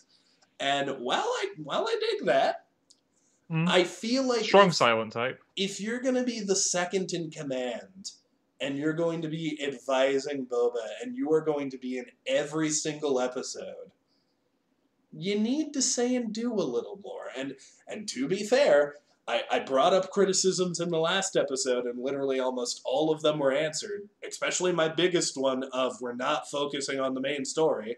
So I'll bring it up here too. I think Finnick needs a little more. Perhaps maybe she shows up in one of these flashbacks. Maybe the reason Boba saved her is because he needs her help. Who knows? Maybe she will be in the flashbacks going forward and help him take out this gang, and maybe that's why they're so close. I don't know. Again, we've said there because she doesn't get shot until during Mandalorian Season 1, and that's 5 years after this. I think we're approaching wibbly-wobbly, whimey-timey. Timey-wimey. It's Star Wars. It's whimey-timey. Timey-wimey is Doctor Who. How dare you? No, we got into the whole world between worlds stuff last episode. Let's move on. Well, I think what it is, and here's the thing. I feel like when the Empire first ended, they might not have put the Stormtrooper helmets out. But maybe after some time, maybe a few years, maybe they start putting them out. I'm not saying that happens right before Mando shows up. But, maybe we'll have a little bit of time of Boba. Because if he just goes and tries to fight the people who took out the Tuskens all by themselves, he's gonna die. Well, that's the thing. These guys are the guys he fought at Toshi Station. Mm-hmm. So he's already kicked their asses. It's just presumably larger numbers now. Yeah, but I think larger numbers is what's gonna fuck him over though, because he beat the shit out of these guys. Now he doesn't have the Tuskens to back him up. Yeah. Yeah, he beat the shit out of these guys with nothing but a stick and a rifle. But it was only 4 dudes. And even then, it wasn't an easy fight. He got lucky a little bit there. So Thinking on it now, so in terms of theories and how that can work, and we're saying about the other tribes and stuff, Boba's motivation for doing this prior to revenge was we're brokering a deal with the Pikes to benefit the Tuscans and my tribe and everything. And now that tribe's gone, presumably it'll be, okay, well, we'll fight them and everything to broker a deal for the other tribes of Tatooine, for the other Tuscans. So I can see that sort of, like you said, uniting the tribes and everything. I mean, I just don't think it would take Boba 5 years to take out this biker gang. I don't think so either. 5 years to unite the Tuscans, maybe. Yes. I once again do want to say, us reading into those helmets being a clear indicator that, like, the Empire just ended might not be the case. It could have been a little bit of time. Assumably, people there would have had to kill some stormtroopers. And I think... Yeah, perhaps. I mean, we know, again, from Mandalorian, no, there was some, like, splinter cells of the Empire left working under... sort of... That whole not thing mob bosses, of, but like, sort of thing. You do have to think about, like, it would have taken time for, like, the end of the Empire to reach that planet. Then it would have the Outer Rim. Then it would have taken time for that planet to rise up and take on their own independence from the stormtroopers. And then it would have taken time where they felt safe enough to put them down and mark them as scarecrows. So theoretically, we could be looking at maybe that shit took 3 years or something. Maybe that took some time. I don't know. I mean, I'm know. waiting for us to get the stormtrooper story of a guy who's like, oh, yeah, the Empire's fallen. Takes off his armor, is like, good, I'm out. I want us to get stormtroopers that are like those two sort of redcoats in Pirates of the Caribbean 3. We're like, we've lost. Quick, dress up as pirates. That's what I want. I want us to get that at some point in Star Wars. Give us the guys who've realized, oh yeah, we're fighting for the Empire, yeah. We're not enjoying it too much. Oh, we lost? Shit. I believe that... I might be confusing this with Robot Chicken, but I do believe there were 2 Stormtrooper characters in the comics or something that were basically just comedy characters. Like, they'd come in, they'd make a few jokes, and they'd go away. I can't remember what their names are. It might have been Imperial officers. But...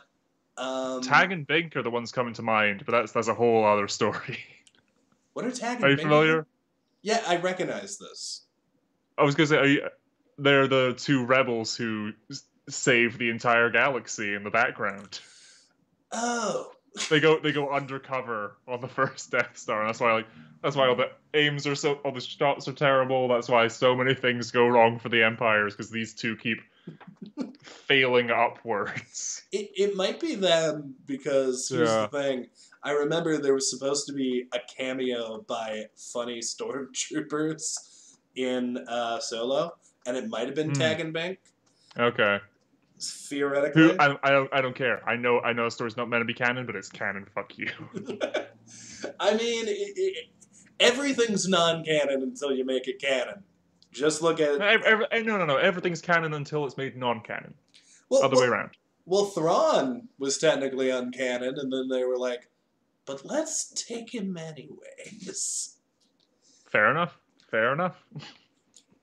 Yeah, so I guess going into my final thoughts, I am loving this show a lot more than I ever thought I would.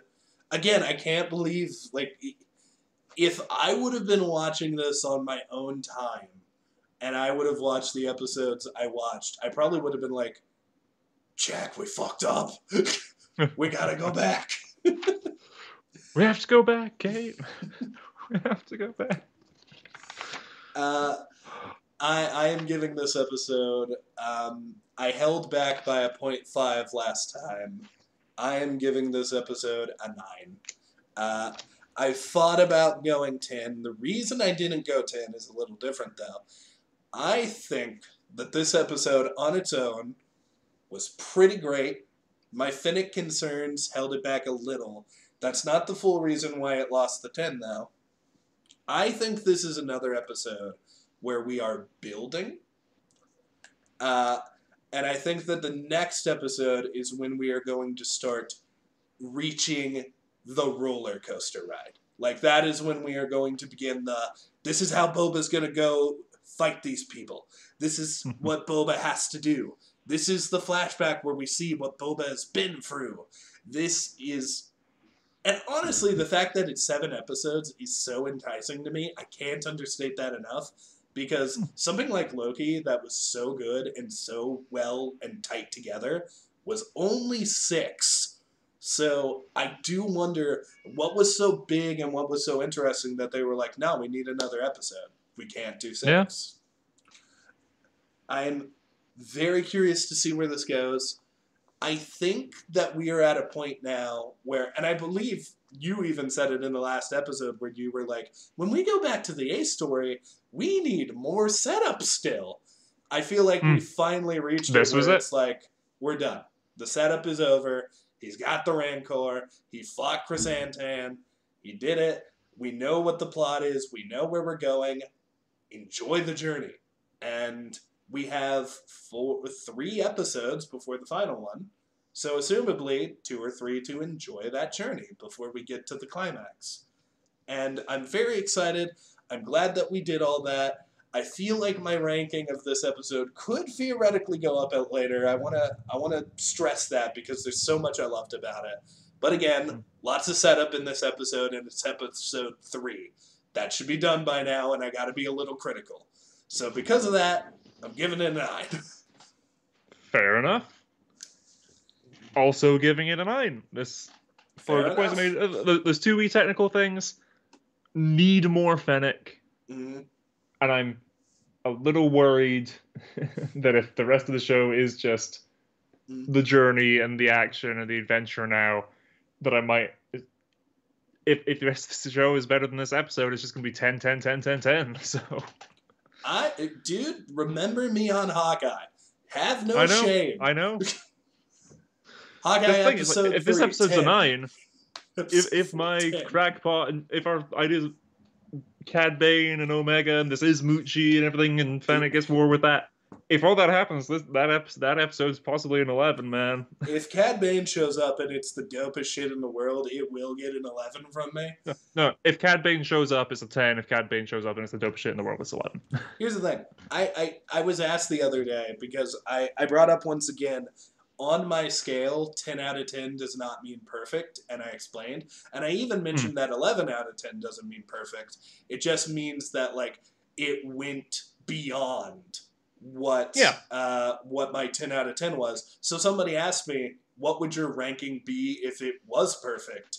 And my answer was, and I had to think about this for a minute, I wouldn't give a ranking, I would just say it's perfect. Because I feel like if it's perfect, it doesn't need a ranking. I'm just going to say it's great, absolutely perfect, 100%. It did it. I'm not going to give it a 100 out of 10. It was perfect, and my vote will be abstained today. I'll just give a thumbs up, and that's what I'll give.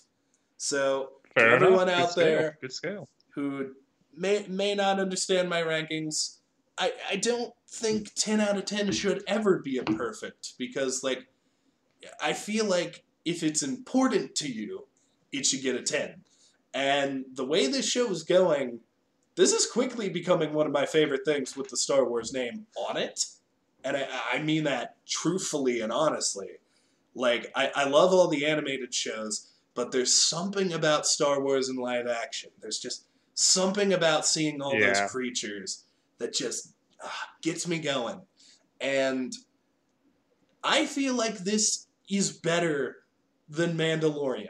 Like, if it keeps it up, it's better than Mandalorian. Ooh, okay. And look. If all the episodes are this quality, it's better. If all the episodes are not this quality, I will retract this. But, God, I'm trying to think of my favorite episode of Mandalorian. I think one of my favorites was the jailbreak episode. Yeah. And even though that was one of my favorites and I really loved it, it was a complete diversion from the plot that they had set up. And I still loved it, and it set up characters that came back later, so I'm not complaining. It's not filler by my definition. I really loved it, but there were things to nitpick. It was technically a distraction from the plot. That is one of my favorite episodes, maybe not my favorite, but one of them. And I would probably give that a solid 8.5. I'm giving this a 9. I think that's better. I'd have to rewatch Mando again to say if it is definitively not as good as this once this is over. But I love it, and I gotta tell you, Disney, maybe just stick with Mandalorian stuff. Maybe just stick with the guys who wear these helmets, because you're doing a damn good job with them. Yeah. Well, thinking on it, I think my favorite, again, just off the top of my head, favorite episode, and probably the only episode of Mandalorian I'd give a 10 out of 10, is, as you said, more Bill Burr. It's the season 2 Mixed Playfield episode. Oh god, that episode is so good though. Yeah, I think, again, I haven't rewatched it in a while, I think that's a 10 out of 10. For me, instantly, in my head, I was like 9 out of 5 or 10. So I'd have to rewatch it, but I remember, I remember loving the scene where he's like, you'll find that when you're desperate enough, you really find out how much you actually care about your beliefs. And when he takes off the helmet, I was like, oh my god! He takes off the helmet, you have the whole bit of like, as long as you can sleep at night, and he blows up the thing, it's like, making sure I can sleep at night. Great. The interaction with the bloody Southerner Imperial guy who sent him in Project Cinder. Where the fuck is his show? Where the fuck is Bill Burr's show? Yeah. Fucking Mayfield. God damn. I hope he's in Mando season 3. I hope he's in this show. I know he's not gonna be, but I would love it if just at the end, for no reason, he's just there on Boba's team. Wait. I mean, he's gonna be looking for work. That is something we need to bring up, actually, because first of all, we know we just gave this episode an 18 out of 20, meaning only 2 degrees of error. Jesus Christ. But it's damn good ranking, if you ask me.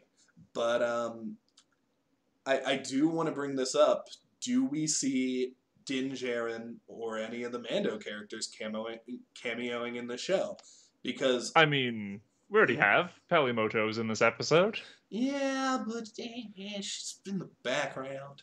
Yeah. Although if she shows up and her pit droids fight in the final scene, I'll give it to you. Well, come to think of it, that's another thing on the list of things that we need to see this season. Slave One's parked somewhere. Oh, yeah. No, that's... Or Boba Fett's bounty hunter, fire spray, whatever the new name is that they're going with, because they don't want to call it Slave One. Phooey, it's Slave One. Come on. It's Slave One. Just call it Slave One. No one's adopting the new name. I don't know whose decision that was, but you fucked up.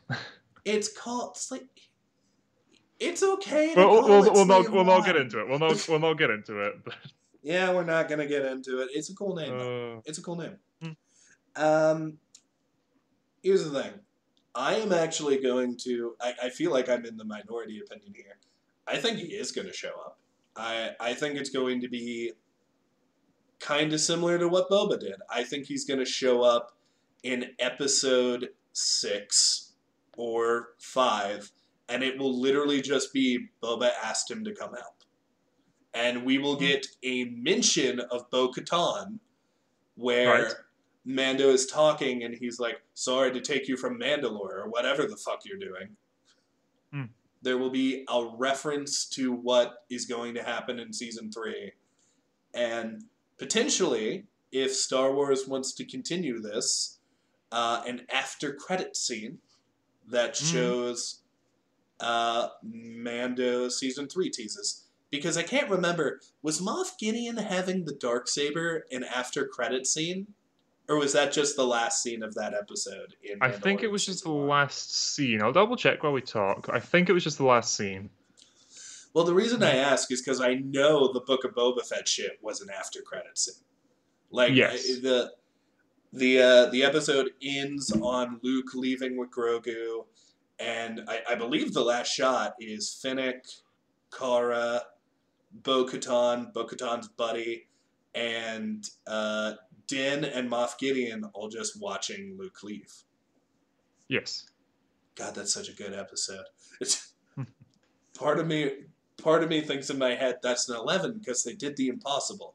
But it's also part of me is like, that episode didn't earn an 11. It was just really good. Yeah.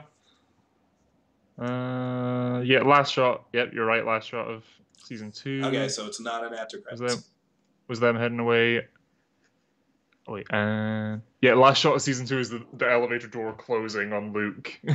Yeah, so Boba's an after season 1 scene. though. Yeah, we need to check season 1 to see if Moff Gideon with the darksaber was an after credit scene. Be sick. I just wonder if there's gonna be an after credit. Can Disney just start doing after credit scenes for everything? The ending of Encanto. Bruno's got a gun. Bruno's got a gun. We don't talk about Bruno's gun. Best song in that show. Why is the interface on this so bad? I'm trying to drag it along to get to the end of the thing, and it just starts playing the episode. Yeah, it does that with me too. I've never encountered this problem before. Sometimes, if I pause on Disney Plus and then I leave to go do something, and then I come back to unpause, it like doesn't know how to respond to that. I'm refreshing the page. We're needing to check this. Here we go. That worked. God, it's so weird to me that we've reviewed so much on Disney Plus, but we've never reviewed Disney Plus. Yeah. Nope, that was not a post-credit scene. Okay. So, it is still a stinger of sorts, I guess, though. Yeah, I think it qualifies. Yeah, we go from because the shot is Mando and Grogu flying off in the Razor Crest, and then we pan down to the crashed TIE Fighter. You know, honestly, it's a little sad and I guess this is the last critical thing I'll say.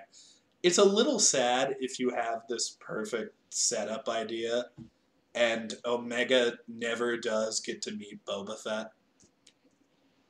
Like, that does seem a little sad. It almost seems like a wasted opportunity. That feels like a thing that is 100% going to happen.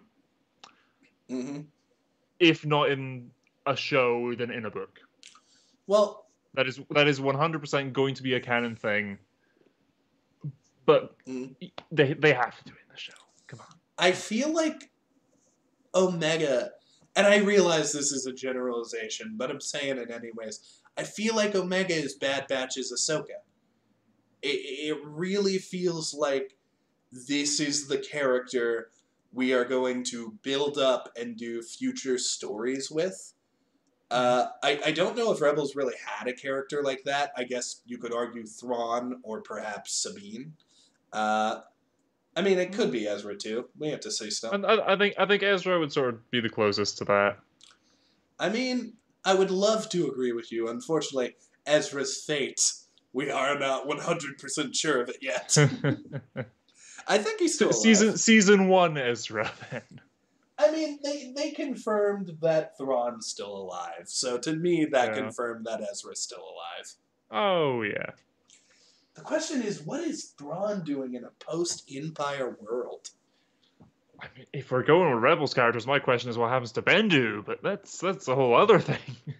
Yeah, no, I'm also curious about what happened to the Bendu. That's the Grey Jedi from that, right? It is the Bendu. Yeah. I thought it was neither the light nor the dark. He is the Bendu. He is death. He can make her. It's so good. Yeah, and he's the fourth Doctor. It's amazing. And wait, really? I'm sorry, but he's Tom Baker. Tom Baker voices him. Yeah. Huh. Didn't know that. And if Tom Baker dies, Bendu is never to show up again, because it has to be that voice. But Bendu shows up in the next episode, and he's fighting on Boba Fett's side. He's got a stick. No. He has no sides. That's the point. He's the Bendu. He's in the middle. Oh. Fine, he kills Boba Fett's people, too. Kills a cyborg teen or two. Ladies and gentlemen, that has been... I think that's it, right? That's our review, right? We're done? Yeah. All right, plug yourself, my friend. I'm going to look at my cat. Well, plugging myself. I'm seeing The Matrix tomorrow. I'll be jacking into that. No, I'm Jack of all trades on YouTube. It'll be linked down below.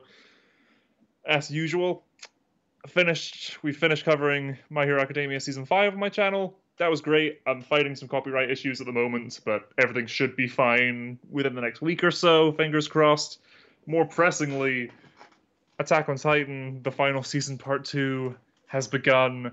We're one episode in, and I'm still not prepared.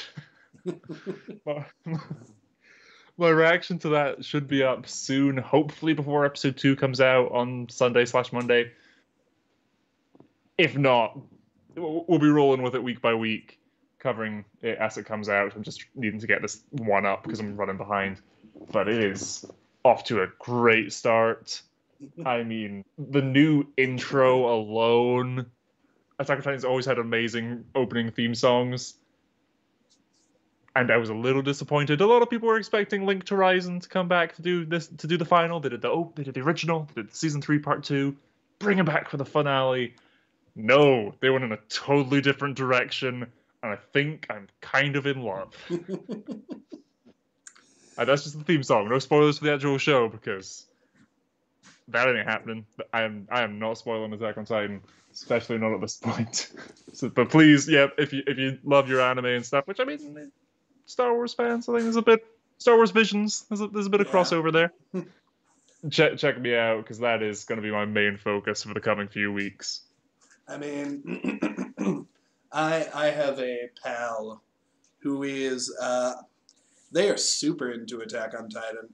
I've been meaning to message them and ask about their response to the final season, because they've been like a firm campaigner that they adore the show. So I'm very much looking forward to seeing what. If they adore the show up to the final season, the start of the final season, no doubt they still do. The final season, part 1 was great. Different animation studio, but Mappa are more than carrying themselves, especially in in final season part 2. A lot of CG, but it's much better integrated now. The Blu-ray versions fixed a lot of the issues. I will have to message them about that later. But as for me, we got some fun stuff on the way. I still need to do my redo of the Captain Marvel review. And I am finally feeling better, so that will probably be filmed in the next couple of days. It really sucks that I watched it, did a review about it, and then just scrapped that review.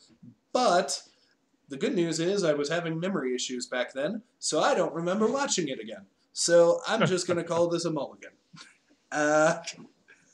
Me and my friend Kyle are also helping to do sketch comedy stuff coming up soon. Maybe. We've been talking about doing just some funny little, like...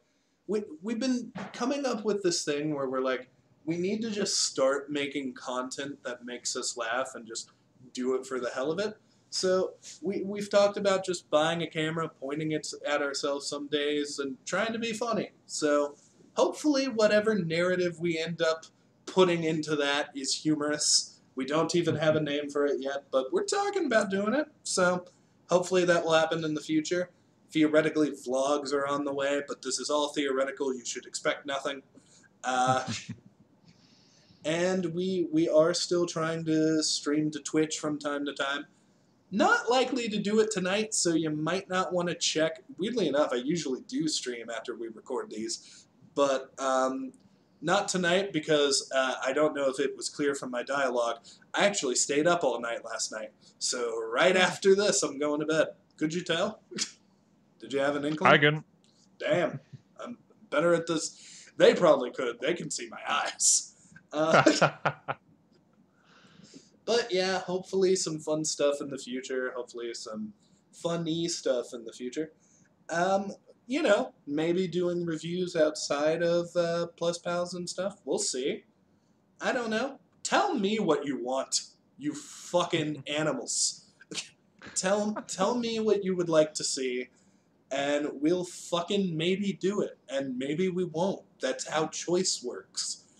But I thank all of you beautiful people, even though I insult you all the time and call you animals. I enjoy that you have enjoyed our content, and we theoretically need to end on a joke now. Do you got a joke, Jack? What did the Rancor say to the Biff? What did the Rancor say to the Biff? Don't hurt me. Don't make this a dad joke. I'm making this up on the fly. I don't have a punchline yet. Give me time. That's honestly funnier than actually telling a joke.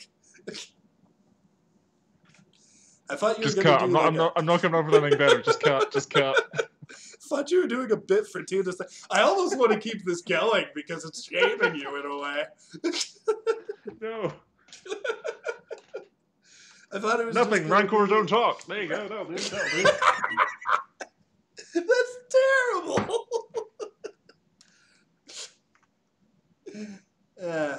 That kid is dead. Bye.